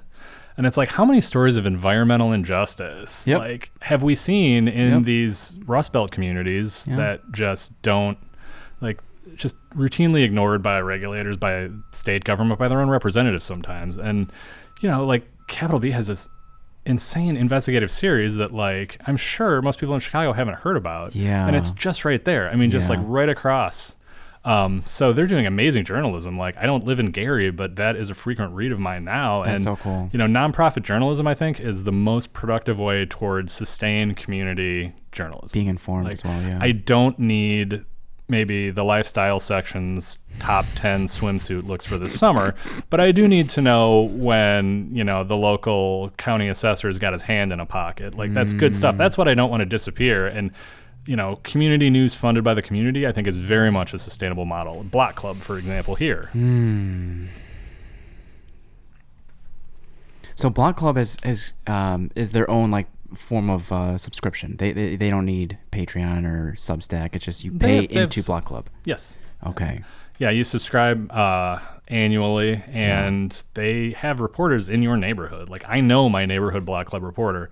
That said, I do freelance some food stuff for them and show up in the news a little more often than the average subscriber. But they're very connected to their communities. So, not to keep bringing up bummer things, but the Warlord situation, you know, they've been covering that pretty well. At a time when Eater fired their James Beard award-winning writer turned it into a ghost town, Block Club has got Ariel Perella going, you know, over the court transcripts, the business filings, documenting, and then she got the victim to tell the story, a very traumatic story of abuse. That was most recent. And how it relates to not just what Trevor did, but his business partners being fairly complicit and saying like, "Oh, we didn't know." This is another thing where, remember I said, like, I don't tend to want to just push the negativity out anymore. The warlord situation, if you let it, can just infuriate you. Yes.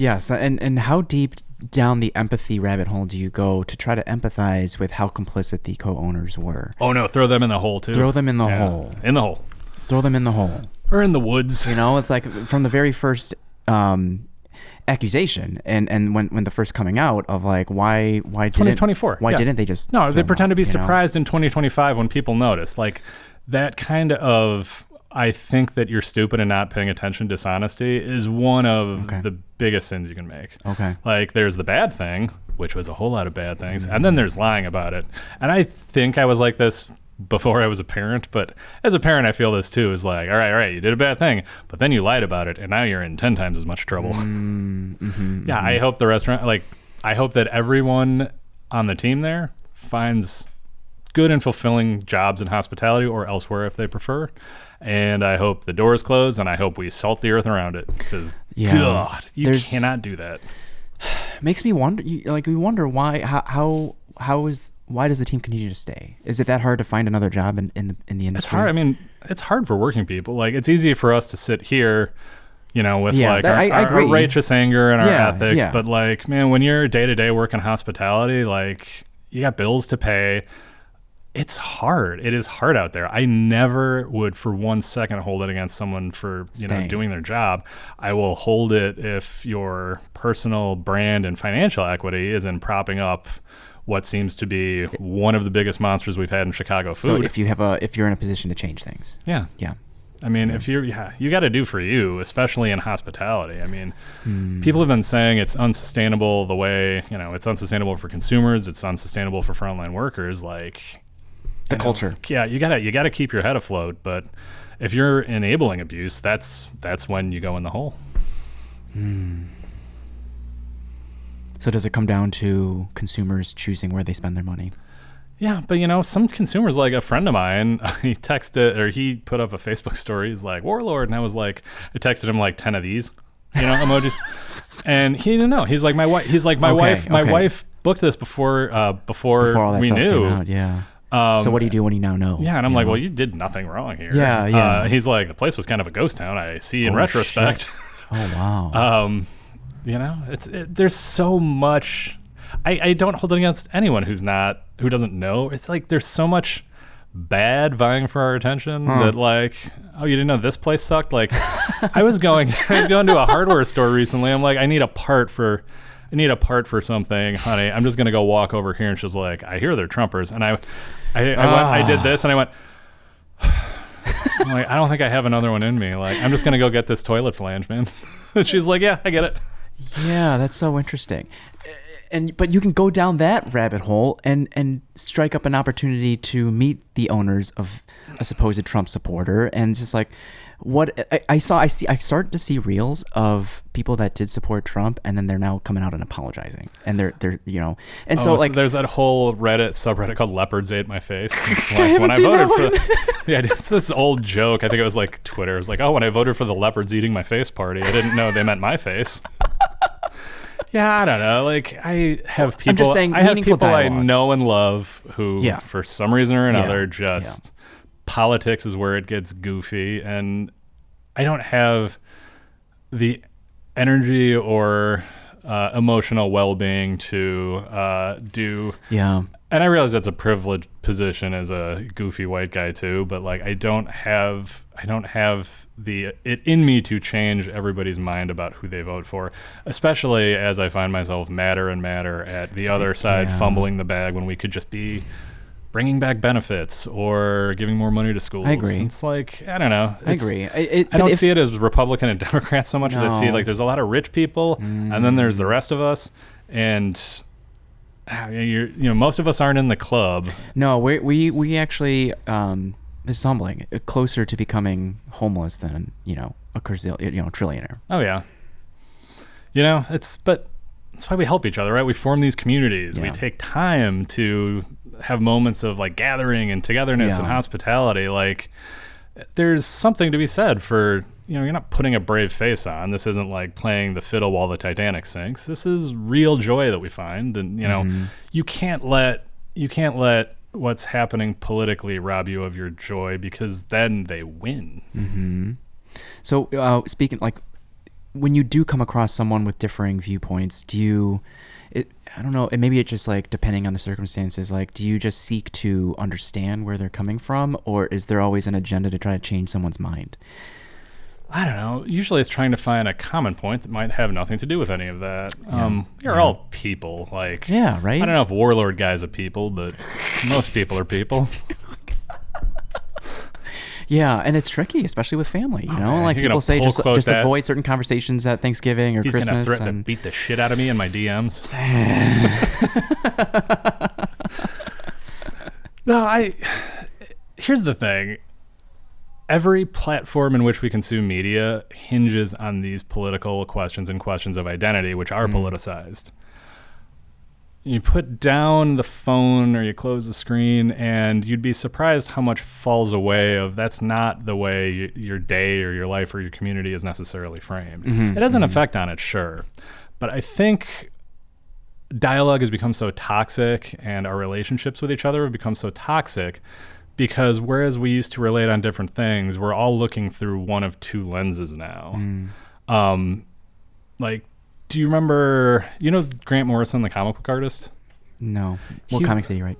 Specifically, he wrote a series called The Invisibles, which was a big influence on the Matrix movies. Oh, nice. But in a modern internet world, it was a lot about like the secret histories and conspiracies of the world, and like this team.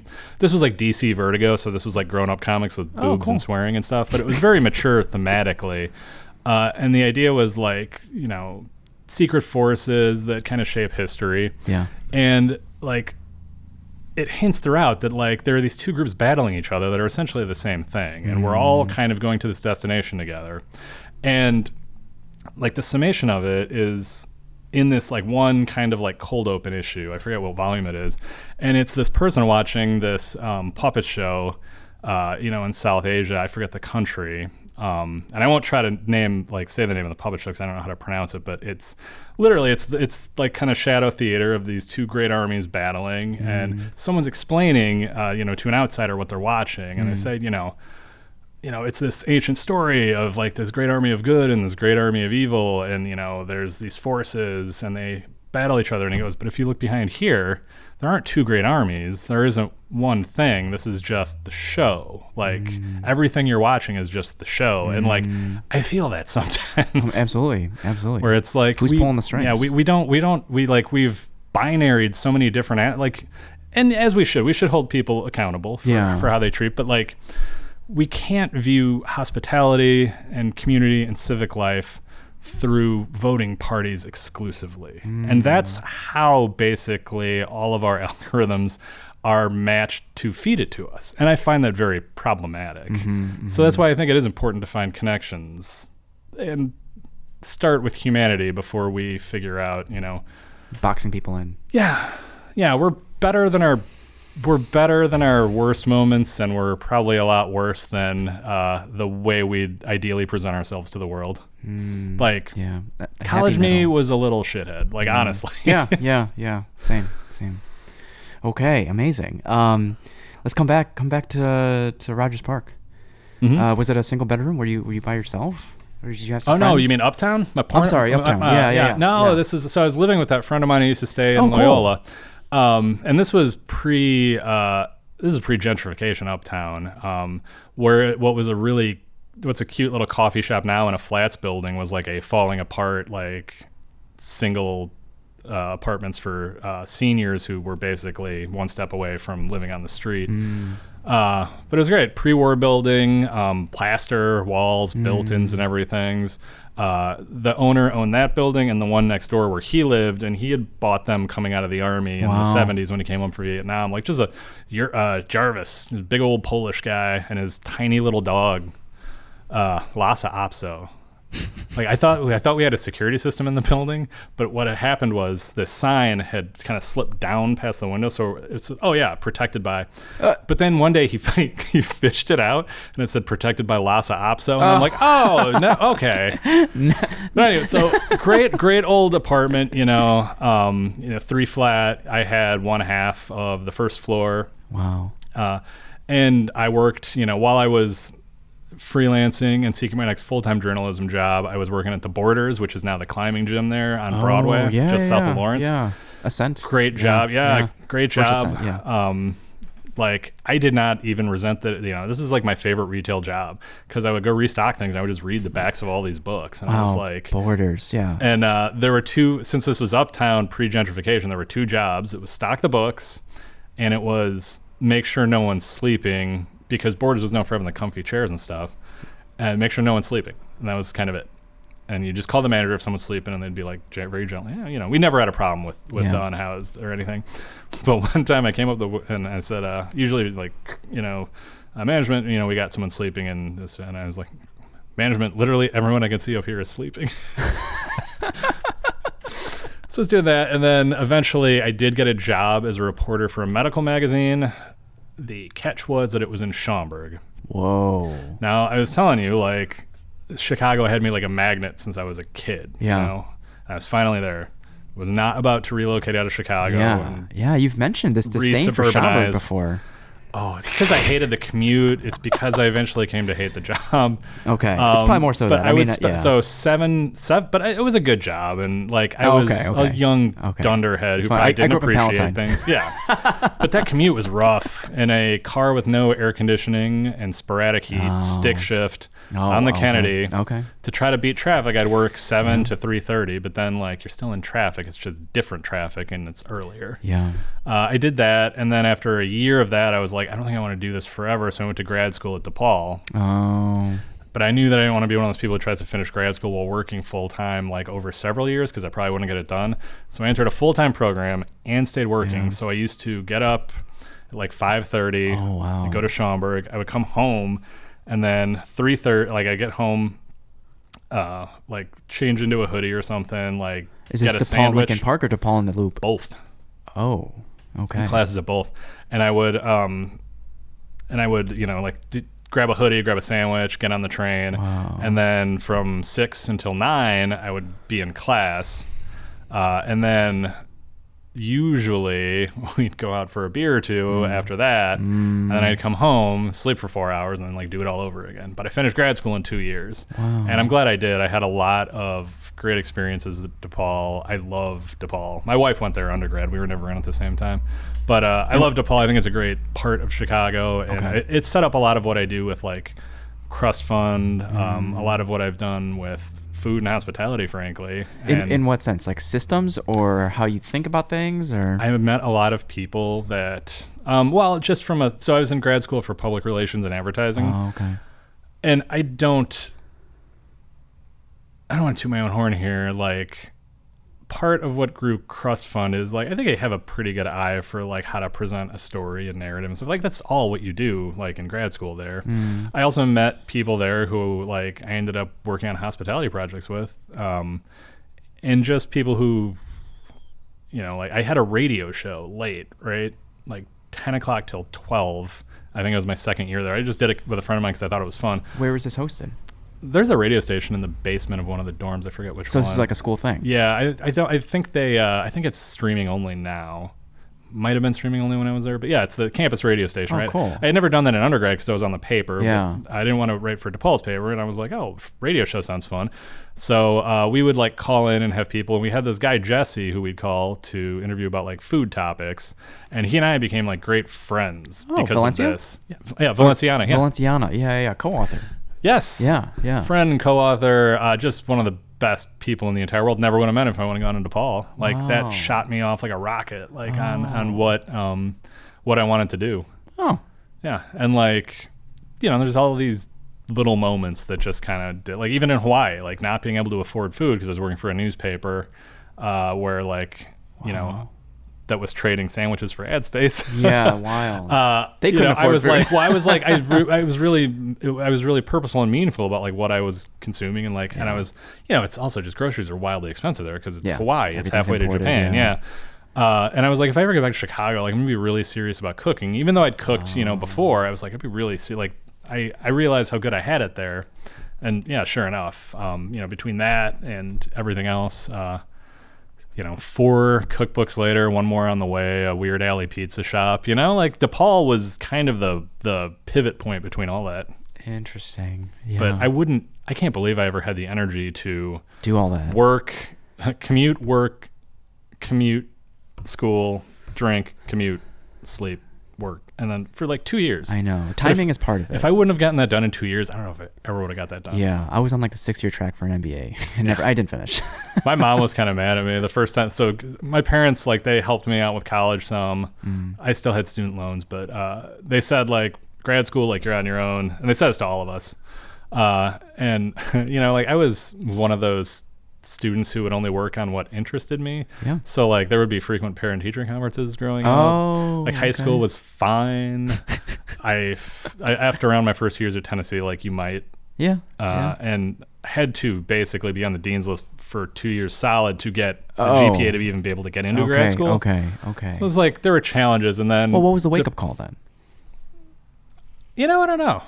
Probably shame to turn it around, like to be like I'm smarter than I'm presenting, or I consider myself smarter than I'm presenting. But anyway, sure. But so I'm at DePaul. I'm paying every penny of this for my first time. Job's not helping, huh? Some, but it was. If I would have tried to do it over like the 5 years or whatever, they would have paid for the whole thing. I see. But I was like, no, like I'll take the discount. Because part of it was like I would like to maybe be elsewhere someday. Yeah. And so was it the stories, the writing, or like healthcare in general that turned you off, or? It was well, so timing wise, this was when Obamacare was going into effect, so this was maybe as exhausting as the discourse around healthcare was ever going to get. But it was also a mix of that and like dryness. Like I was kind of an expert on Center for Medicare and Medicaid Services and like the impact of coding changes on reimbursements and these would be like I would be talking to, government officials, very obscure like bureaucrat types, and like these interviews would go like me asking 3 questions over 45 minutes and then having to transcribe this whole thing over like an hour and a half, and they didn't want to pay for a transcription service. So most of my job was listening to my own voice, which I already can't stand, and like typing transcripts, which I can't stand. It's like little things like that. And it's also like it was association based. So you could be doing great and you could just have like someone voted onto the board, decide they don't like you. And then suddenly like, well, your performance seems really suffered. I'm like, I don't have time to play the politics of this.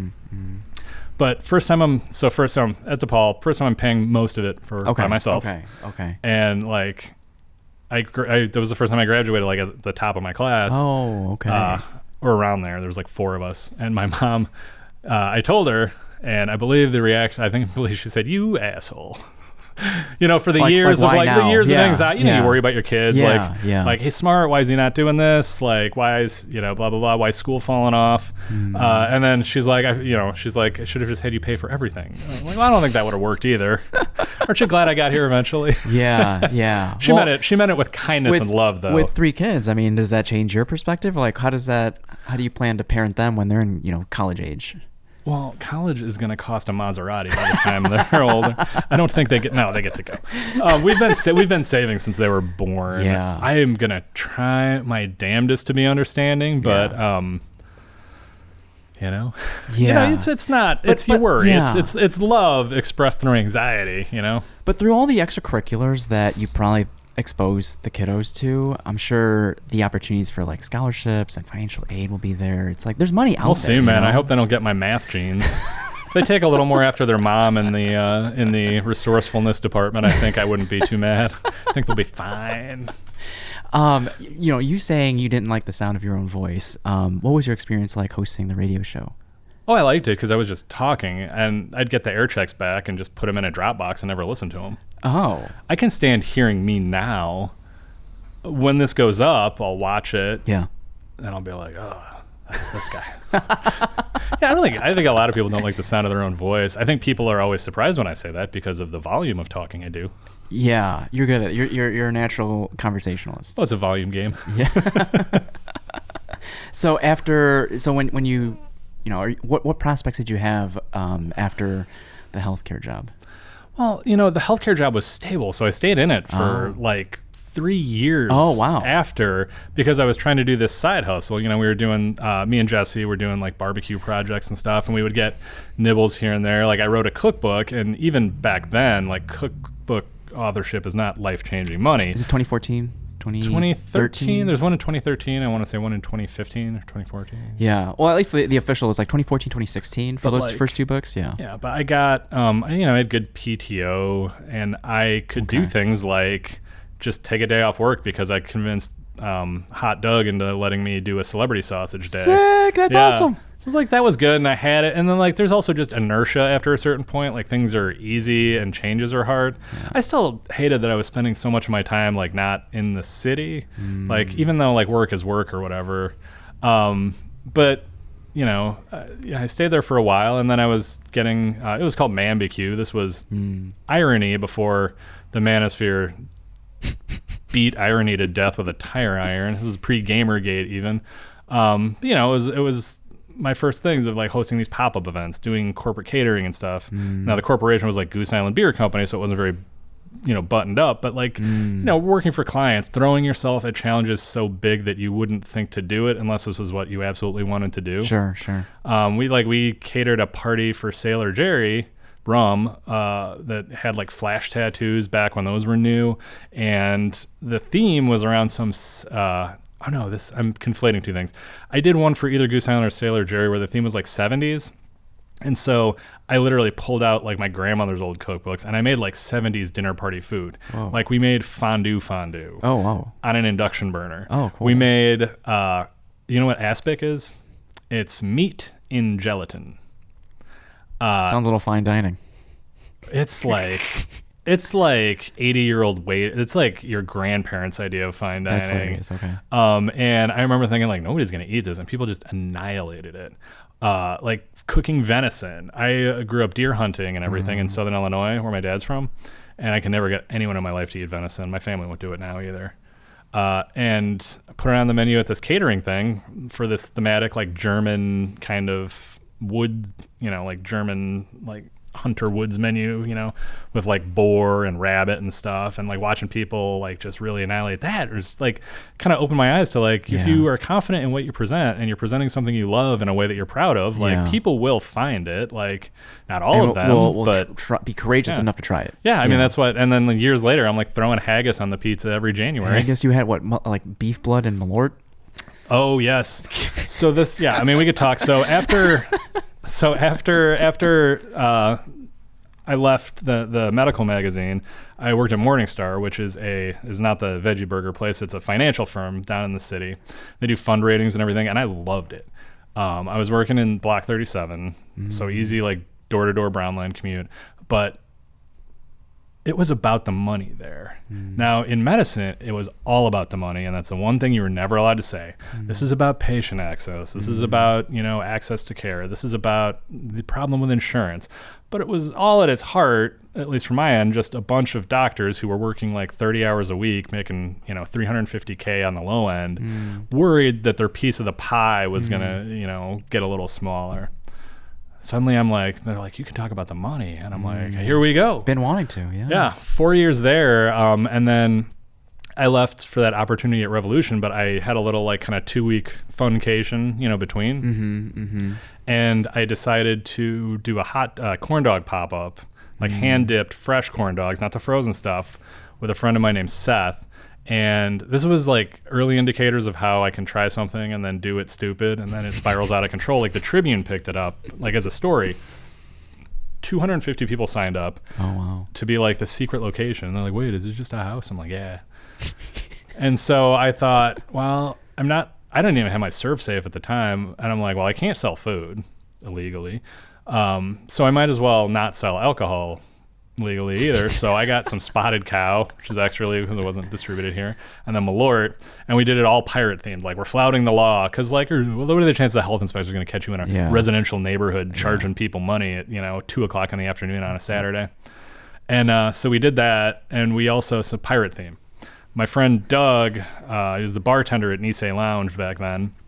He's like, you want me to create some infusions of Malort for this? And I'm like, yes, they all got to be pirate themed. And he goes, okay. So we're talking through it, and he's like, okay, well, we should do sport peppers because that's like the good one. So at least one of these has to be really good. Sport pepper Malort is delightful. Ooh.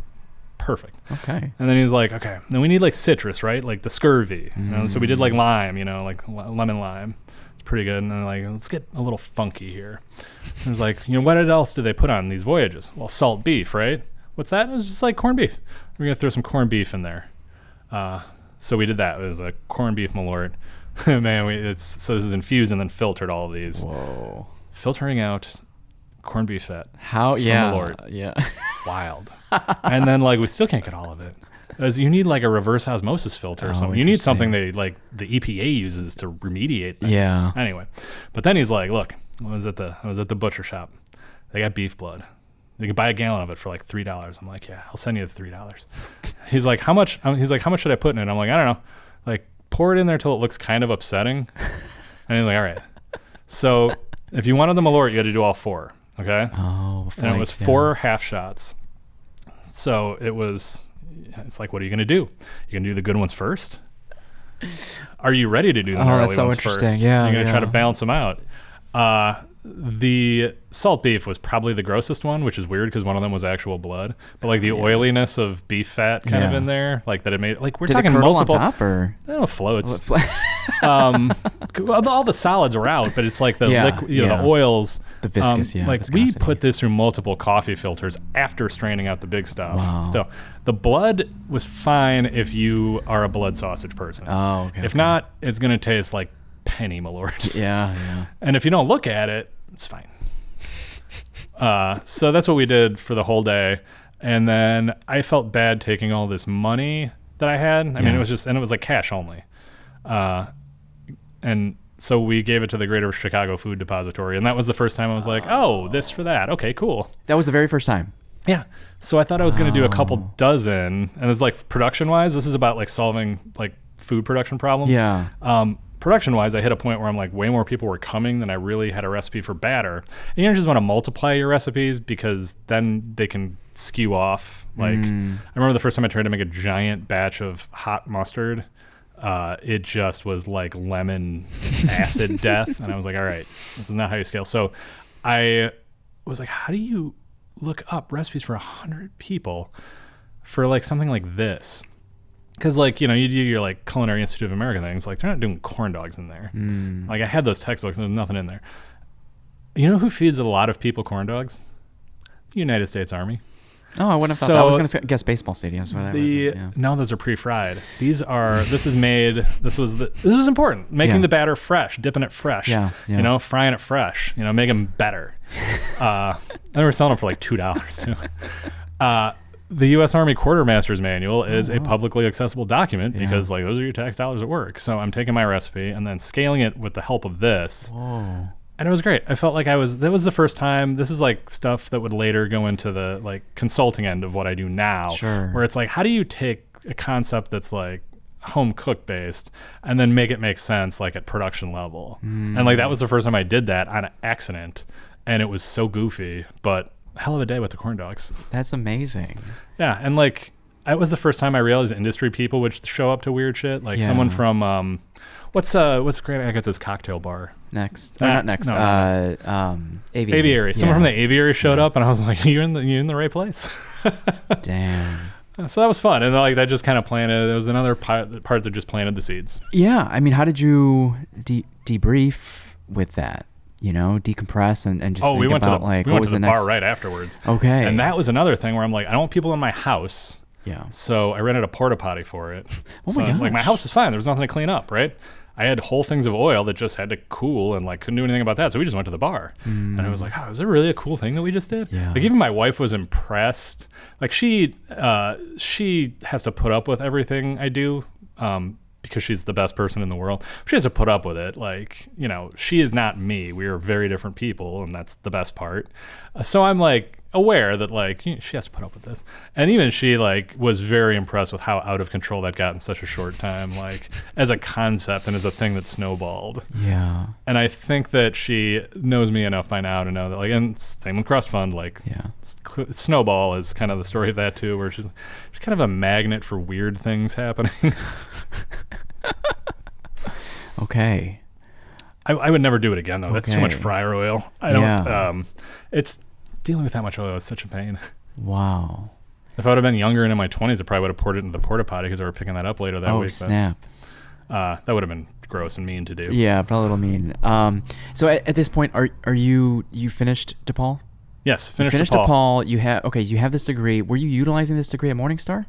Yeah, that was part of it. I was trying to move from straight journalism to like, content for the way we used to use that term back then, which meant like written pieces across different pieces of integrated communications plans, not someone giving you their best 10 ice creams in Logan Square. So, yeah, what's a practical example of the role within Morningstar then? Sure. So part of it was Morningstar, they're, a financial firm doing global investments. They have offices in 26 countries. Okay. They need people to make things feel accessible and comprehensible across those 26 countries. So like, what do we provide, ratings? So right up on a fund, I'm editing this for standards in different countries. I would work with like the China team to talk about, their event or their new offering or some kind of like drip campaign to get new customers. And the idea is this has the standards of Morningstar Worldwide, which is based in Chicago. It's a Chicago founded and led company. That takes into account how people communicate or do business in India or Luxembourg or something like that. I found it really interesting because a lot of what they did with that approach was talk like you would talk to a normal people. They're doing very high level analysis quantitatively, but qualitatively, like the mandate there was to make it make sense to anyone reading. And I always really admired that. And I think the accessibility to these financial things that used to be like only your advisor or your accountant would have. Okay. To do this for regular people was kind of, that's what Robinhood is and became, is like you demystify investing for the people. And they were, frankly, I think, around the first people to do it. Okay. So these are you a writer then for them? Mm-hmm. Yeah. So I was writing, editing, and that could be emails, it could be papers, it could be reports. It was kind of everything. It was public relations, not so much, but basically everything else in the spectrum of communications around their products. Oh, that's so interesting. Like some of it was design focused because they're a very design focused company. I don't have a graphic design background, but I learned a lot about design ethos and aesthetics and my own personal preferences there and how to communicate that with professional designers. Yeah. There's something to be said about taking an esoteric or nebulous concept and then diluting it, but breaking it down into terms that everyone can understand. Making sure there's a truth there and not just a list of facts that you're reciting. Yeah. Funny story, one of the designers I worked with there, Sure. Zach Sherwood, he ended up doing both of these books with me. Whoa. And he is like, I think there's a list of the fonts and typefaces in the back of both books, and like he goes deep in the paint. Like, this is awesome. And so when did you feel ready to make the leap into? Because I know you got your Cicerone to make it a little bit more official. Well, I did that when I was Rev the next step. Rev was the next step in that they were very Chicago. Chicago still means a lot to me. It did back then too. Very local, not part of Miller or Anheuser. It's like all the decisions were made in that building and all the work was done in that building. They don't contract brew. And there was the opportunity they were bringing on someone to do communications, like the first role in like that vertical at all. Marketing in beer and a lot of like Bev Alc is just activation based, like show up here and pour these samples or go to this event. You know what I mean? What year was this? This would have been 2017, 18 or 18. 18. So 2018. And the idea was like to just kind of build it into a professional organization. Like they were flush at the time as the most successful independent brewery in Illinois. They still are, but like the industry was up back then, if you know what I'm saying. Yeah. You know, like Chicago back then they still might, but back then they had the most breweries in any city anywhere in the United States. I didn't know that. Yep. And so the idea was, you know, take what I knew about not just writing, but integrated marketing, branding, and manage across platforms. It was good. A lot of those charity, you know, part of it was a charitable giving program too, coordinating that because they hadn't anyone doing that. And part of like those early seeds of Crust Fund were the charities that we worked with there. Mm-hmm. The idea of just doing something in the community, you know, maintaining those relationships. I had a lot of fun there, but 2 years in, like the world shut down, and that was the high stress time. I was not furloughed. I think I was temporarily furloughed just real quick. But then PPP came in. Yeah. But like, I mean, like furloughed to like 3 days a week. I never was unemployed during that time. The problem was our marketing team shrank from 12 to 2. It was me and one activation marketing person. And like the good thing that came out of it is that not just at Rev, but like I think industry wide, a lot of people realized what your communications and marketing people do for you. When you take away the main avenues of how they're used to interacting with you, you know, the grocery store trip, the bar, the tap room, all that's really left is, you know, the ethos you're able to communicate and distill and like reach out, you know. So we did Zoom happy hours, which a lot of people liked. We would get, you know, a couple hundred people in one of those. You know, I would host like in the evenings. I never want to do another one of those in my life, but people really liked them. Like an online happy hour? Yeah, I think it's mostly just because of all the anxiety I had at the time, just around like, you know, like being a parent with this new disease around and like 2 kids, you know, at home. But it was fun, and it was a way to like make connection during those non-connection times. So people realize that like branding and marketing is important as a representation of you when you take everything else away from the brand. Like, what are you? You know, what are you as an idea? What are you as a set of priorities and communications? Honestly, it let us into a lot of community work because we didn't have a lot else we could do. We could make these beers that would sell out because everyone was drinking their livers out at home, and they would sell out, and we could tie that to a cause, and we could do a little good. The high watermark of donations, I want to say, when I was managing that program, was like over $120,000 directly written as checks in 2020 from Revolution on all these different things that we coordinated. Interesting. Wow. It was great. So that was one example, the activations and these Zoom happy hours. But are you also more like also front facing as far as like writing? Like how do we? Yes, I was writing. How do we everything. Describe these beers? And this is where you maybe don't want to go to a small company where you're the first person, because like I'm not just tasting what batches are coming down the road and thinking about how we're going to talk about it. I'm not just writing brand level thing. I wasn't doing a lot of that at the beginning. I am writing every tweet, every Facebook thing, including for the brew pub. So I'm managing a consumer brand and a restaurant. The restaurant wants to know why they can't just have things on the main account, but we're saying, you know, we're in 11 states, and, you know, posting about the cheese curd special does not really behoove something like a big CPG brand. So, you know, like, it's juggling that. It's responding to the info at emails. It's Facebook DMs. It's Facebook threads, events, calendars, like where it was probably too much for one person, and you just don't know.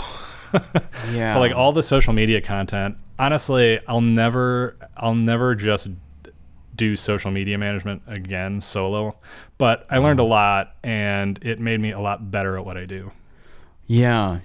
I mean, what was your relationship to beer prior to entering Rev? You know, I had friends who were in the industry. Jesse, who we talked about, was at Goose Island. My friend John Scholl worked for the Cicerone program for a while. He's the one who kind of got me into pursuing that certification, which I did for a couple freelance pieces for Serious Eats. You know, Shayna and JP, who I was talking about from Biro Mikase, they were both working at Dovetail and Cicerone at the time. Now Shayna is at, I want to say she's at John I. Haas Hops, and JP is still exclusively at Dovetail. And like, I liked it. It was a growing industry. It was a lot of cool, welcoming things. I was learning a lot about beer at that point. You know, the different categorizations, the sensory training and everything. And it was a natural, way to want to like work for a Chicago brand. That was something I was very interested in, that was hiring for what I do. Yeah, you're pretty plugged in. You're plugged in. Yeah. And you've previously talked about like the cycle that a beer nerd has. You know, from being introduced to light beer, it could be all the, you know, the Coors and the Miller High Lifes and the banquets and the old styles and the hams, and then you make your way into like, oh, I might like an IPA, and then you just full circle moment, all to come back to the old styles and the hams and the banquets. Yes. It is like, and this is maybe part of the problem that the industry is going through now is your average beer fan, if they get really into it, and I've never homebrewed. I've never, like, that's a separate species. Speaking of like middle-aged hobbies, like that's a separate batch of sickos. I love them, but never was me. You like come in kind of like curious, not knowing what you're doing, and then you more or less get unbearable. Like, I remember my wife just being like, "You look like a dumbass," because I'm like checking the date codes on Dogfish Heads in the walk-in cooler at the South Bend Cubs game. How fresh? Yeah. And you get a little unbearable about stuff, and you're like, I just gotta like rare this and that. Like, and it becomes just like food too, where some people decide that they're gonna build their personality on knowing and gatekeeping things, and then blissfully you emerge from this chrysalis, a beautiful butterfly that just wants to have an old style with your pizza friends in the alley. But not everyone moves on from that, to the point where some brands have made pizza, lager off color beers. Yeah.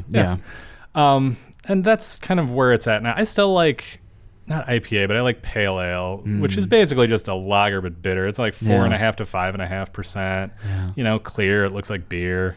Sometimes you get caught on the detour of barrel aged things that you want to sock in a linen closet forever, or these like weird exploding fruit lactose. What's the ROI on that?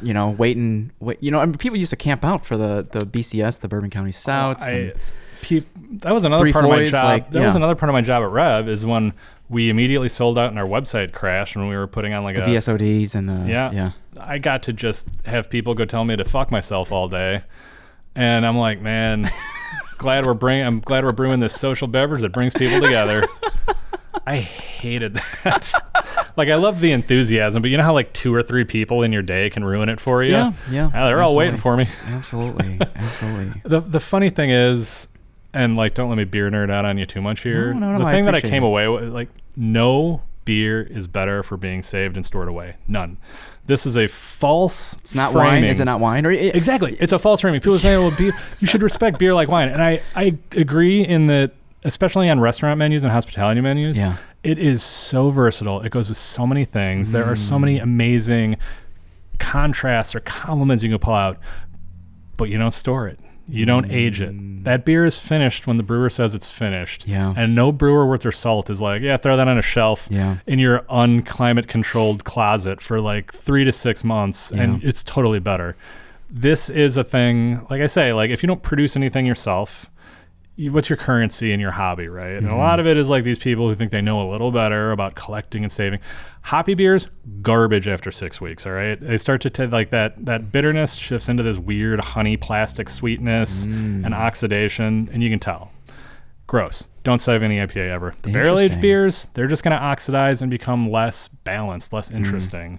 Lagers, like, I don't know, like, they'll change some. Like, I had at a party a couple months ago, grabbed a Miller Lite out of the fridge, and I'm like, this tastes weird and old, and it was like from 2020. It was a Biden administration Miller Lite, but otherwise, like, it's pretty drinkable. You don't ever save. Like, if you want to save it for your friends and like drink it. Like, you're just amassing, like, at least the Pharaohs, at least that gold was still worth something by the time they died with it. Like, the beer is just, like, I'm sure I have a couple bottles with like the wax seals from 2021 or something that are probably undrinkable now. Like, I'll probably open it up, smell the old library book smell, which is literally beer will age and get the same chemical that produces the smell of an old library book. Oh, wow. Yeah. I'll probably smell it and be like, oop, see ya. Like, I intended to drink this at once, and now I got to say a little, Taoist prayer for the effort and ingredients wasted. But, it's like, beer is better together and shared. Yeah. And when you try to take piece of it and like sock it away for yourself and dole it out, it's just not good. Those are some of the best times, like waiting in a line for a release and people just like kind of sneak a little, jacket beer, and Those were great. And then just like a communal pour for everyone. And so that was everyone's favorite part, and like we used to love it. Like we would put lagers in like one of those old like dispenser things and like hand out to people in line, like order pizza or whatever. When people, so you used to have to do that because legally no one was sure if you could pre-sell anything online, like a beer. Like that would be like the Illinois Liquor Control Commission does not mess around, but they also aren't clear on everything. Okay. And the major brewers who had the legal authority or had the legal resources to be able to answer that question, we're not interested. That's not the beers they produce. That's not the things they're selling. The smaller guys just don't have lawyers. Like nobody has, even Revolution didn't have a lawyer on retainer. Like I remember, like if we needed a lawyer for something, it was specifically expensive. So like no one's solving this problem. Well, in the middle of the pandemic, they all quite rightly were like, let's just do it. I don't think the ILCC is wanting to close down any small businesses who are just trying to keep things going. That's how all this online ordering happened, was just because like we reached this point in history where it's just like it made no sense not to do it. Wow. But that meant no more release day lines and everything. So we lost that. And I got messages for years afterwards, nice messages about like, you guys ever bring back the line? Like I know it's so convenient now that I can buy my season ticket and just pick up, but like I miss the togetherness, the lines, the meeting new people. And like I'm like, well, we'll never do that again. But why can't that be replicated in the tap room? No one will stand in line for it. But why can't we? No one's standing in line for anything. Why can't we do have communal tables? Why can't we do the same thing? Why aren't people doing that? I think it was also like a little bit of they liked being in line for the exclusivity, knowing that like if they're the person 200 back, like they're getting this, that person's got to be content with just Straight Jacket, which is itself a beautiful beer. It's a mix. It was social, it was exclusive, it was like they felt like they were engaging with the brand in a more meaningful way than other people. It's like building any brand, you want your customers to feel a little bit of ownership and equity. And that's exactly the circumstances that create that. Like, especially like they were in our unheated driveway. It was cold as hell. We're in cardboard to stand on or little like heater packs. Wow. Yeah. Wow. Like there was some hardcores and like you'd recognize some faces. People usually didn't get too drunk by the time they came in, but it happened a time or two. Yeah. Because I remember a paramedic told us, like, don't call us again for a guy passing out after drinking for 4 hours. What else? I mean, with speaking on the current state of craft beer. It's a bummer, man. I remember when Hop Butcher broke the news of taking over the Half Acre spot. That was great. Jeremiah's a friend of mine. Okay. And I'm only like I've had kind of a renaissance in like revisiting the IPAs and the double IPAs and things like that, but totally not above an old style.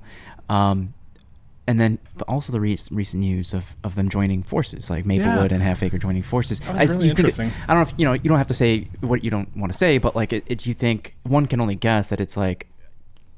Is it out of necessity? It's got to be out of necessity. Okay. Right. Market forces. Those are two of the more stable Yeah. breweries, but it's hard for everybody. Right. I mean, people are just going down left and right these days. Yeah. I specifically love that. I know the guy. I actually used to bowl with the Maplewood guys before their brewery opened. Okay. So I've known them for years, but Half Acre is like, it's up in Bowmanville. It's not very far from me. And like I've done pizza. I've done a pizza pop up there. I was really good friends with their ex taproom manager, Katie, and it's a very special space and very like intentional space. And like it would devastate me if Half Acre closed. Like whatever they have to do. And I know Maplewood has that newish facility, and it's probably a tough time to be investing in. It's probably a tough time to be investing just in operation. I mean, like capital projects. Oh, there's a Polish chef with some good food inside Maplewood. Oh yeah, and the Sue. I don't know if she's still the sous chef, but I don't know. I don't know. Like this is turning into me naming a group of people. Sure, no, yeah. But whatever allows them to operationally streamline to come out of this, because the beer industry is cyclical. Like I know a lot of these zin chewing, vape huffing kids don't drink anymore, but like society tends to want to drink beer, and it has always been very cyclical. It's just, this is, we had the highest high we've seen in independent beer, and we are unfortunately on the other side of that wheel right now. Okay. Are we at the basement? Is this the lowest low? Like, we don't really know. Like, it's not going to be like the 70s, where there's maybe 4 breweries that aren't called Miller, Coors, or Bud. But, a lot of these places with ambition that started when they were flush, like, they're seeing, like, distribution is kind of a fool's errand under current market conditions. And, like, it's expensive to run a restaurant. How do you get people in? Like, what are your capital expenses? Yeah. My friend Drew Fox, 18th Street Brewery, he sold his brewery and moved into another building he had.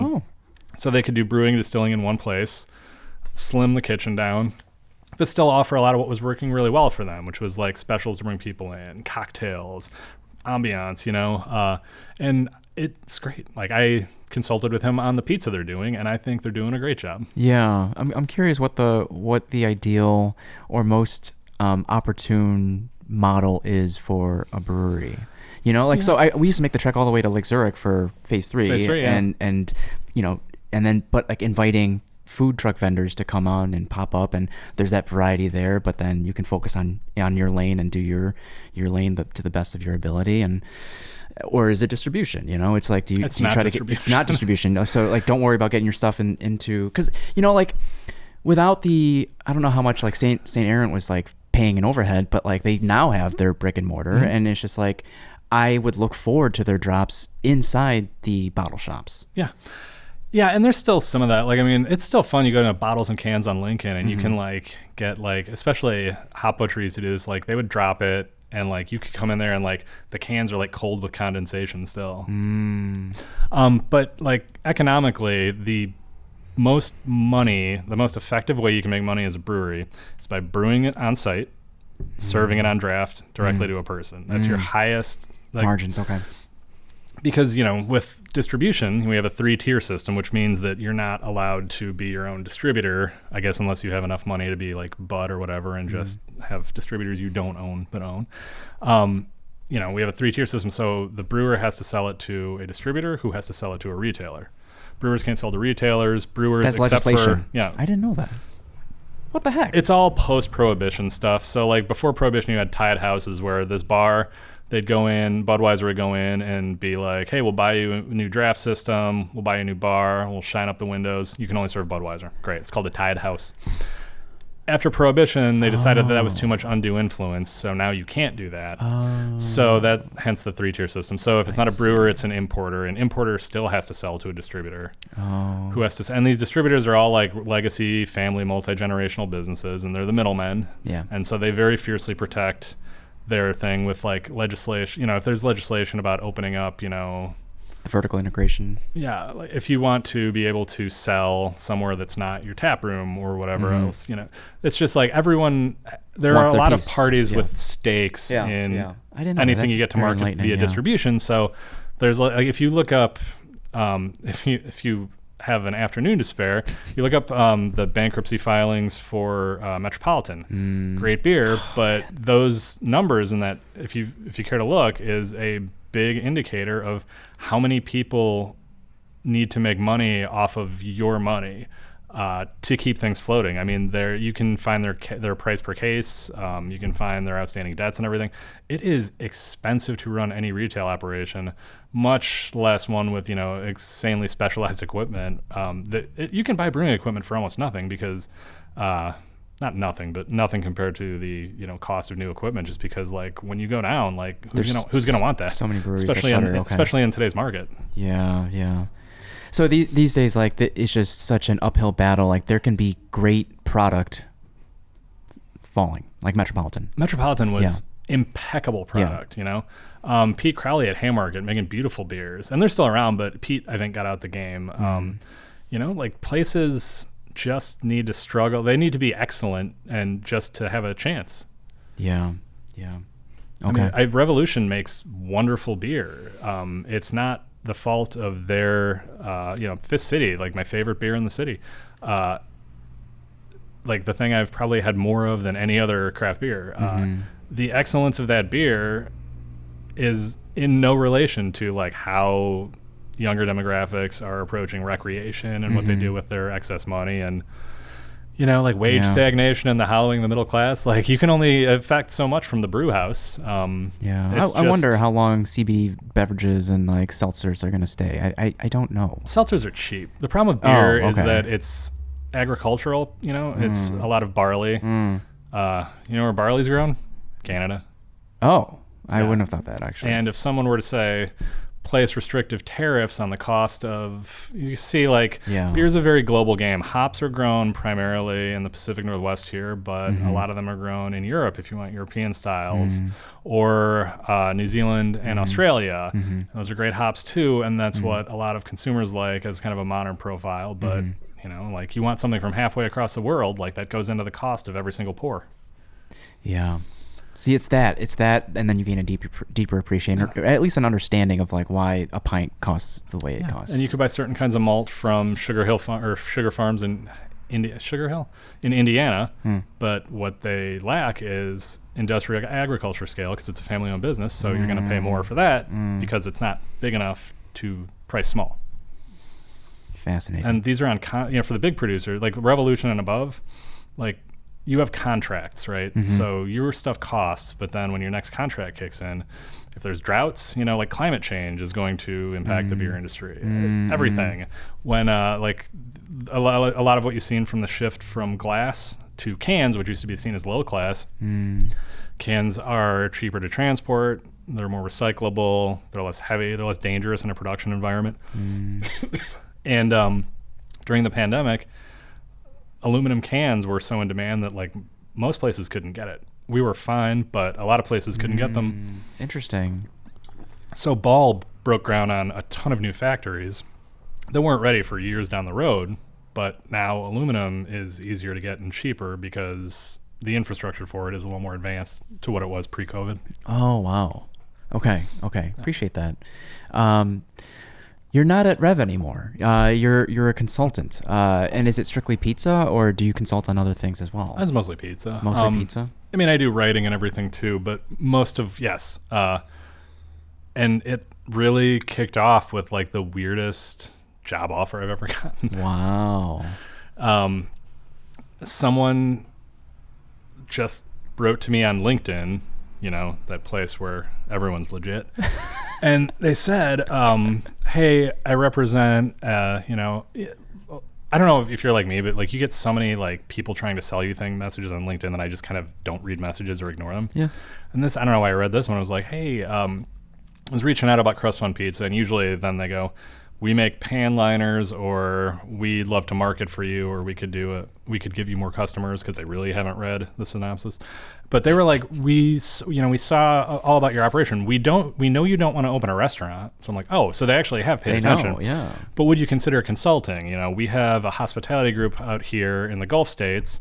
It's Saudi Arabia, Kuwait, Jordan, and we want to bring you over, like tavern style pizza is trending here. Wow. And we want to bring you over to teach us how to do it, to launch a concept. And, part of it, like first consulting job, part of it, the wackiness of finding me through TikTok, which I'm not on. They saw someone else's TikTok about Crust Fund. Okay. And part of it just being like surely me, like you can find someone who's more well-known. Wow. And so like, I don't say this, I just didn't know that it was legit until like maybe a month into our discussions. We'd have these Zooms at odd hours and everything. And like, I'm trying to tell, and we're talking through like what their production environment is, what equipment they have, what equipment they might need. Okay. Then, like I put together a proposal. Had no idea what I was doing. I talked to Derek Tung at Pauly G's, and I was like, I know he does some consulting. And I'm like, how do you, and he goes, all right. So, and he told me, he goes, there's this pizza consultant. He's like top of the game. He goes, he charges this much. So I'm like, I'm going to add $25 to that figure per day and see what they say. Cause I was like, I'll ask big first, and then they'll wear me down, and I'll still be happy with what I get. And so I sent out this proposal to them, and I was like tossing and turning that night. Like, I should have knocked it down by like $300 or $400 a day. They're going to see this and get insulted, and I've blown this like before. And so they're like, can we schedule a call to discuss this proposal? And I'm like, yeah. And so I get on the phone and he goes, okay, so this is all agreed to. We just need to know like what equipment we need to have in place when you get there. And I'm like, Green light. I guess I could have asked for more. Oh, wow. And so, then I had to draft a contract. I had to find a lawyer. Because I tried a boilerplate, like consulting contract. And, I took it to this lawyer and he's like, can I just do this for you? And he goes, yeah. Even by yourself or AI or? No. It was an actual consulting contract that someone I know had used for a similar thing. And he's like, I got you. Okay. So he reviewed the contract. They executed the contract. And I had put a couple fun things in there, like business class or above if I'm traveling, more than 3 hours. So I'm like, no way. Everything. It's cool, right? Wow. I'm on like a middle seat on Southwest. I didn't go on an airplane until I was 18 years old. Though? These add-ons. Because I hate flying. Okay. I'm not scared of it or anything. I'm not that tall. I was probably 6'1" before I became a stupid middle-aged man. But I even that, just slightly above average height, it's way uncomfortable to fly on a plane. So I'm like, if I'm going to be on there for blood clot time, I want to be able to turn that thing into a bed and just zonk out. And so eventually, I'm writing these recipes. We're kind of talking through the things of what a halal menu is and the kind of adaptations I'll need to make, the kind of things they can source. I was going to 2 places, Saudi Arabia and Kuwait, because that's where their 2 main production kitchens are. What they can versus can't source. The mozzarella I'm asking for is way different than all their Italian consultant chefs are going to do. So I'm just trying to explain, in very simple terms. Yeah. What is the physical process? What do you need here? And I'm like, I need a deck oven, like a baker's oven, not because people hear you're a pizza maker, they assume you want something that's 1,000 degrees on top and wooden logs on the bottom. And I was explaining this is pretty almost home oven territory. We need a deck. We need something you can do a good bake. And if you're making croissants in it, it's probably got great stable heat, which is what I need. So suddenly, I'm just at, I was at O'Hare, and I go into the United Club because I know I got that business class. And they go, you can go into Polaris. I'm like, what's Polaris? They're like, oh, that's the club for this. And I go, and how the United Club's really nice. They've got the chairs and all that food and all. Yeah. Man, you go into the Polaris Club, and the United Club looks like a piece of shit. It looks like a Greyhound terminal. It's fancy. And I was like, oh my God. And so did that, and I'm flying there. And what was the first thing you reached for? Was it a beer? Was it? Oh no, I went up to the bar, and they have just top shelf stuff, and it's all free. And I was like, no, I saw Dovetail. I was gonna have a whiskey, and then I saw Dovetail. Oh, that's amazing. And so I'm texting my friends Shayna and JP, and I go, hey, you're at the fancy bar. That's amazing, but it's still the little thing. It's the simple things. And then I'm pissed that I didn't accidentally get to the airport too early because I'm I just want to just wander around. And so it was not until I had sent the recipes and formulations and the SOPs. Part of the nice thing about having a background as a writer is that I can produce all these materials pretty clearly and pretty much by memory. And so give or take some translating Fahrenheit into Celsius, everything was with them. And then I'm it's not until I am in the air, in business class that I'm oh, this is really happening, huh? So, that's when you do that whole thing of international flight. It was 14 hours, and the legs were Chicago to Frankfurt, Frankfurt to Riyadh. Nice. And, in the back of my mind, this is when all those comedians, everyone was mad at them because of the Riyadh Comedy Festival. I haven't heard of. What happened with the? Oh, did it get canceled or did no? All these comedians just took a bunch of stuff because the Saudi government put on. I did not separate hear about topic, that. But I'm this is crazy. And so we land and driver. Yeah, they had a guy. Yeah, they're it's one. And they're there's 10,000 people are gonna ask you for a ride from the airport. Just blow them all off. We got a guy here, and we were doing all this on WhatsApp. Okay. And I was this is the first time I've used WhatsApp. Usually that's if someone gives you the WhatsApp, I'm what are you trying to scam me? Yeah. But this was, so they WhatsApp the guy, and driver just comes and drops me off, and I'm doing that thing, you're visiting a country for the first time, just pointing my phone everywhere, taking pictures. I'm I'm not going to remember all this. And then that first day I kind of came in and everything was closed, so I just kind of jet lagged it out. And in the morning we just started tasting all the competition. So I was not consulting on the first tavern style pizzeria in Saudi Arabia. Okay. The guy, I'm going to take you there. This is a restaurant group that was kind of dying, and then this concept, they snatched onto it, and it's popular. It's really revived it for him.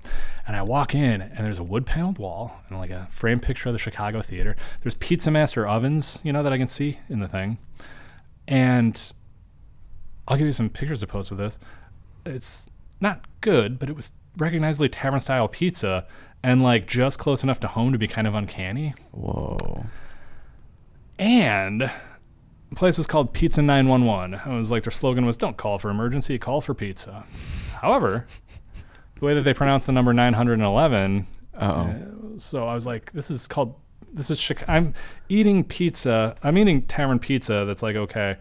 Underneath a bunch of Chicago pictures and stuff, because they're trying to brand it around, and it's called Pizza 911. I'm like, is this maybe am I in a hospital bed and my family's pleading with me to wake up, just to come out of the coma? Yeah. It was wild. And then we tried a bunch of other places, some Italian style, some New York style, and day after that, I fly to Kuwait, to where their bigger central kitchen is, and I land in Kuwait and drop my stuff at the hotel, and then they drive me over to it's this big subterranean, 60 people work in this kitchen. They do food for 16 different brands. They own all their own brands and fulfill them, but there's a lot of app delivery and stuff there, especially in the summer when it's too hot and then to go pick up out. From there, so kind of like a ghost kitchen Basically. Okay. But they also have brick and mortar restaurants. Yeah. They are also producing commissary, bread for their restaurants and everything. And so I walk in there and kind of get the lay of the land. The executive chef was this guy, Chef Riyadh, awesome guy from Mauritius originally, that island off the coast of Africa, trained in London and Scotland. Wow. So he's shown me around, and shown me to the team and everything. And he goes, okay, so we've prepared kind of everything that you have. And I'm telling you, man, 9 minutes after walking into that kitchen, we made the first tavern-style pizza in Kuwait. Wow. A little rustic, a little rough and ready, because they hadn't got the jardinera chop just right. But, man, it looked like Chicago pizza. So they made their own jardinera? Yeah. Whoa, cool. It's hard enough to get it's hard here to import. some places. There, I was I wasn't even going to try to explain it to him. I sent him the recipe for jarred. Nice. And sure enough, it was 7 out of 10. That first one, fresh, from the... And then... How does it... And what were their first reactions compared to Pizza 911? Oh, so this was I had done that with the big I guess their culinary innovation. Not specific, but the 7 out of 10 to you, but compared to what they were familiar with. So the two owners of the restaurant group, they were this is much better. We got this. Oh, this is so, because part of this was not just means testing the recipe and everything, but this is a large operation that will scale to other countries. So it's they have purchasing people who will advocate for cheaper options or more reasonable equipment when they feel maybe they can improve the bottom line, which is fine. That's how you keep a check on costs. But part of it was that meat insisting, on whole milk cheese. Yeah. Because what they have over there, there's local cheese when it can be hard to get something like a Galbani or whatever. Galbani is just it's a cheese brand. It's good. But Galbani can be hard to import at certain times. So they said, will you please try this? And it's this brand called 3 Cows. And it's not whole milk. A portion of the fat is from vegetable oil.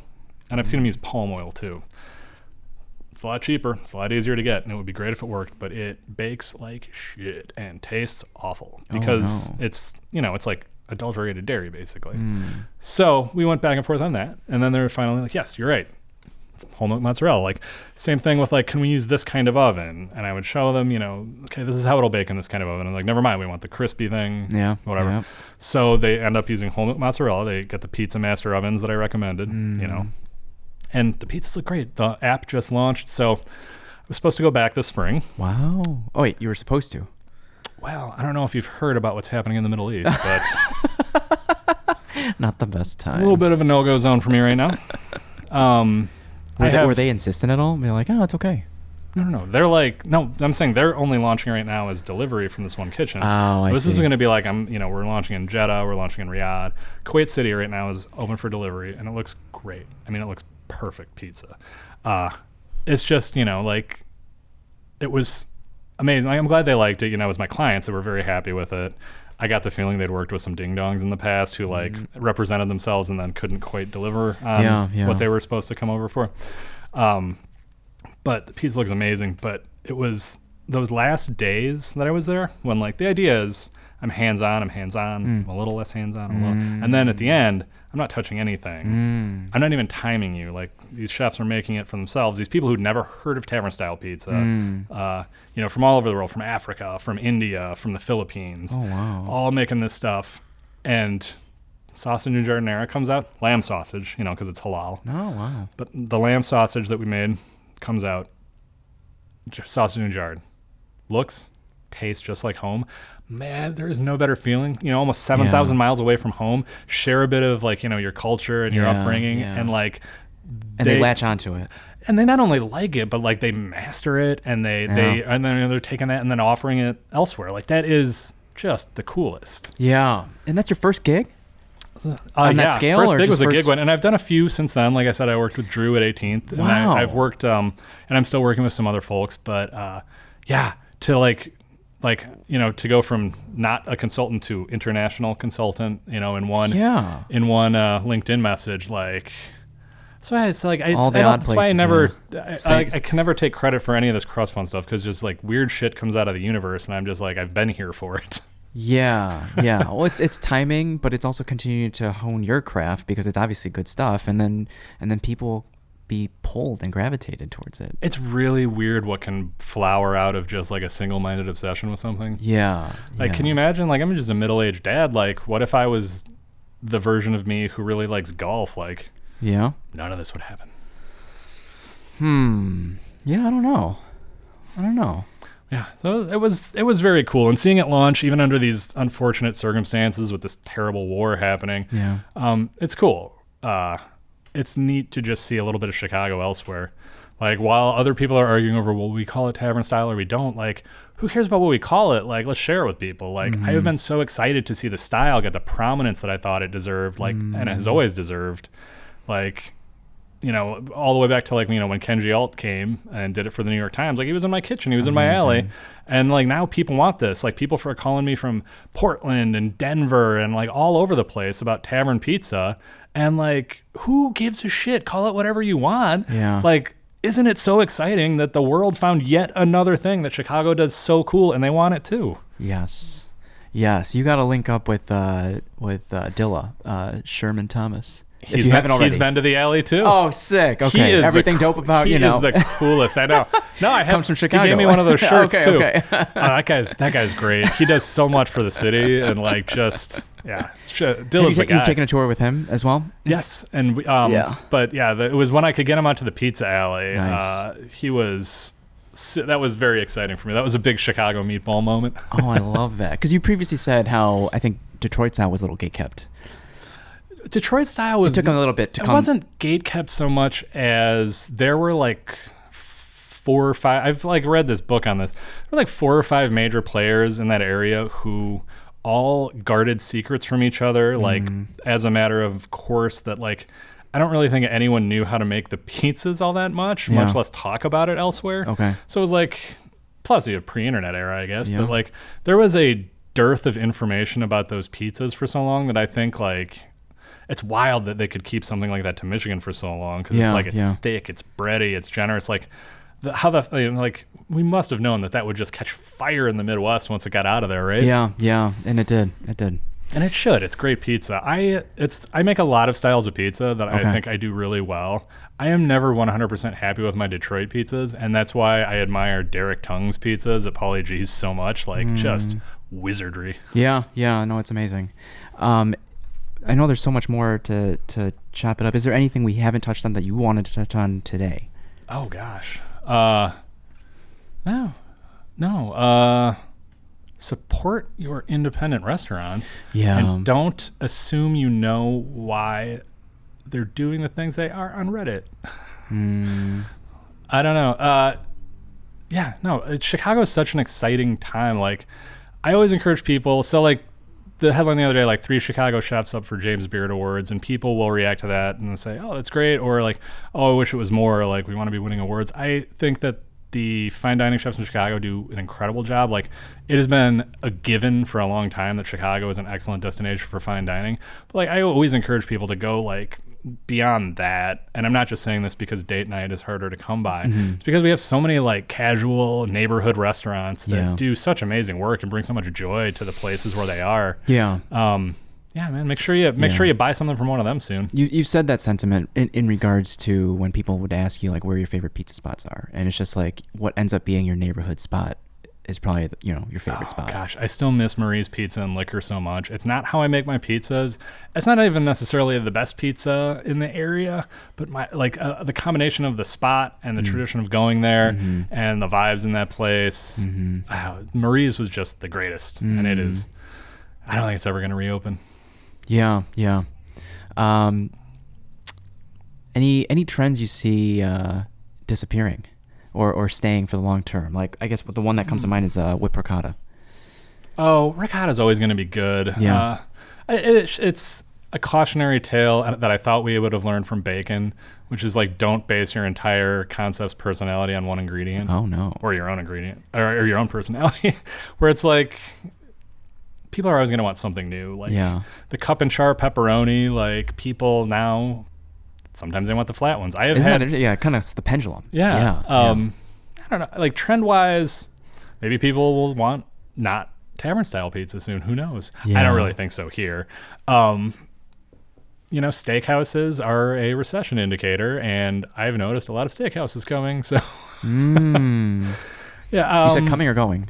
No, they like more. There was at least one that shut Have you down. had Ashok on the show from formerly of Eater? No, you should have him on because he was talking to me about this. First time in your garage, and he is so much smarter than me. But he was trying to tell me how like a bunch of steakhouses opening weirdly is a recession indicator, and I'm just parroting him without any of the actual research. Context, yeah. But like, I don't know. I'm just always interested. Here's a trend I would love to go away.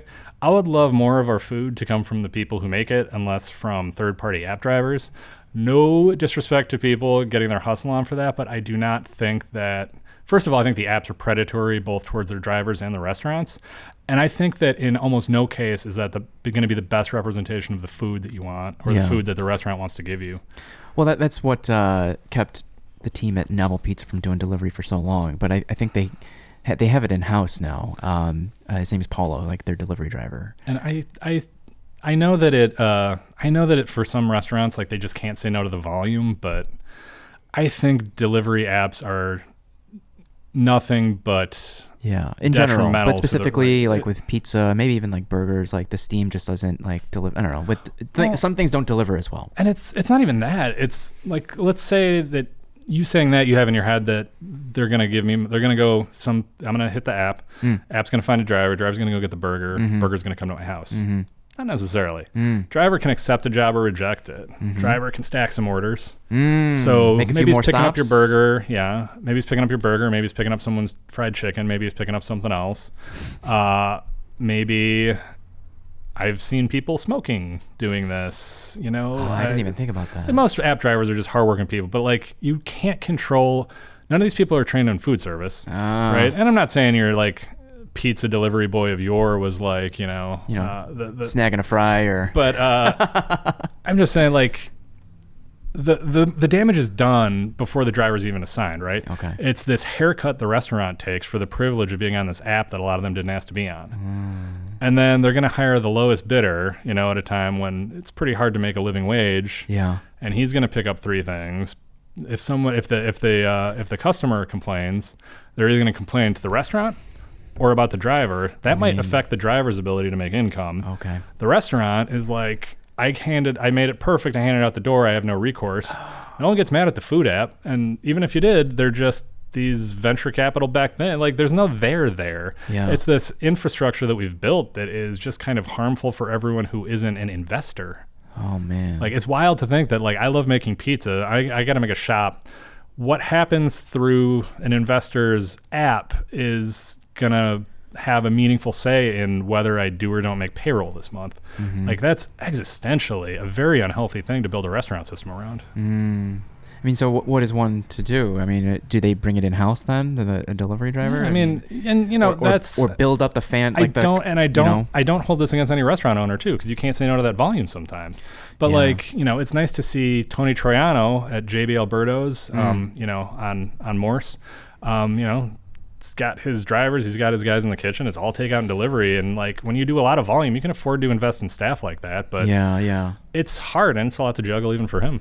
Okay. So build up the fan base, the traffic to afford maybe delivery. Yeah, or just, you know, I am the worst person to ask on how to solve problems because Crust Fund is entirely based on me wanting to do things on my own terms and strictly dictating them. And that's what you can do if I'm not paying the mortgage with it. But like, I have said a lot of things today that I can say from a position of privilege, and I recognize that. Okay. John, I want to chop it up more with you. It's almost 2.5 hours. Man. Yeah. Could have watched Star Wars. If people aren't aware of you for some reason, where can people find you? The website, the Instagram, LinkedIn, if you want to be found on LinkedIn again, you know. Yeah, I mean, it's just my name on LinkedIn. I also do some creative directing for an ad agency called Switch. Yeah. If you want to spend some money with a local ad agency with some great work, like, we get you. What does that mean? So even outside of pizza? Yeah, I do. And we have food clients. Oh, okay. But if you have money burning a hole in your pocket and it'll reduce your budget, write Switch a big check. We'll make you some dope shit. Okay. Can you give a practical example? I actually just did a collaboration with a Happy Lobster that came because Happy Lobster was a Switch client. Okay. So are you making video content, messaging, the website? We do video content, websites. We do, kind of everything that your ad agency would do. We do brand level work. We do email work and social media. Okay. All of it, man. To wrap it up, I know the brick and mortar in previous episodes. Oh, wait, no, but also find me on, I don't really social media except for Instagram. Yeah. At Nachos and Lager. Yeah, it's not Crust Fund Pizza. Yeah. If you know who did that, tell them I'll give them like a pizza or $20, but they don't respond to my messages and they're not using the account for anything. And you've tried claiming them the account and if back it's you, yeah. Well, I mean, claim it. Like, I don't know. They well, got there first. I don't know if there's any other ownership of it. At least to ping and ping them. Oh yeah, I know. I don't know. Like, I don't hold it against them, but like if you're ransoming it, like let's hear what the ransom is. Ooh. I think someone just did it and forgot it. I thought for a while maybe I did it and forgot it when I was wasn't me because I've tried the reset. Yeah, it doesn't come back to you. But anyway, go to Nachos and Lager if you know that person. Like, tell them to knock it off or sell me the account. And then crustfundpizza.com. This is actually important. Crustfundpizza.com has month-by-month breakdowns of how much we raised and what the cause was with links to their websites. I encourage you to go there and like find a new favorite charity to engage with. Like, if you can't find something there with these amazing partners we've had over the years, like, your heart's made of stone. Yeah, I mean, it's to hear the people that have donated for a pizza have evolved their relationship with some of these nonprofits is probably very fulfilling. Yeah, that's the very best part of it. Yeah. What do you envision? Is this it? Like, are we peaking right now, or like, what are we envisioning? You know, without the brick and mortar, how do we? It's already sustainable, but like, is there another chapter to this? And I say no brick and mortar because. Not because I don't think I could do it, but because I have three young children. Well, I have three young children. And you don't get those hours back by working 90-hour weeks and making pizza 5% better than you used to make it. So my plan is to charm an eccentric, lonely billionaire and let him fund a nonprofit restaurant that could offer living wages to pizza makers and financial transparency so that the people who wonder about, like, why is this priced like this? What is it like to operate a restaurant could see, like, this is what goes into every slice. This costs this because of this. This is how many people we need to operate, and this is how much it costs to offer, say, like a living wage, PTO, medical. There are a lot of costs that people don't appreciate when they are rightfully worried about paying a lot out of their own pocket for their meal. But if there's no example for an equitable restaurant that's sustainable, like, let's build one. What if that looked like a food hall? with different pizza makers and different pizza styles, and people can come and choose like, oh, it's a Tuesday, I want to try Detroit. Oh, it's it's a Wednesday, I want to try deep dish or pan or a food hall. I mean, And you're catching me on the way out of a craft beer industry. Yeah, I know, right? I with don't a visible high water mark. Now you're going to send me to food halls. Right? I don't know their perspective of like why they have to take such a large percentage of the vendors cut, but it doesn't seem that sustainable, especially when post-pandemic, not everyone has returned back to the office, and we were very reliant on that foot traffic. So I don't know. And Charles was recently on, so we had kind of that discussion. Man, I can't wait till he's got a spot. He gets like we just did our pop-up together, and like he gifted me a lot of the ribs and pork and the sausage, and like, oh my God, I felt like Scrooge McDuck diving into the tank like the next morning when I went to my breakfast burrito. Oh, it was so good. I was like, why does this burrito taste good? All right, because Charles made the meat.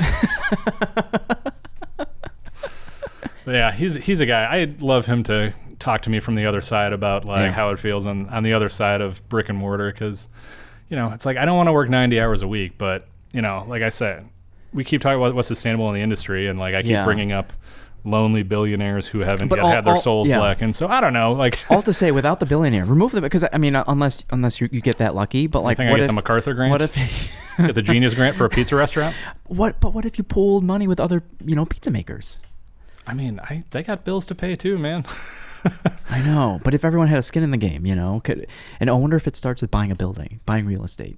That would be the coolest way to do it. Like to have something that can at least be something else. Yeah. I don't know. I don't have all the answers, and I don't have all the money, but I'll work on both of those. You probably saw the recent like Filipino celebration, the Shai Ibigan, right? So like pizza. I mean, there are plenty of pizza festivals. Yeah, right? I'm sure you've been asked to pop up. I mean, and like we both know Francis Almeida, Side Practice Coffee, and so many other things. That is a guy I admire for just being the absolute definition of getting shit done ethos. Yeah. Get shit done. That's good. So like, I can sit here and talk your ear off, but I respect people who just do things and figure them out. Mm-hmm. I'm maybe a little in my own head compared to some of the other people who do this. No, you put your money where your mouth is. You do. All right, John, I appreciate the time and the insight. Everyone else listening, thank you for tuning in for the 2.5 hours of this amazing conversation. We'll see you next time. All right. Bye, guys.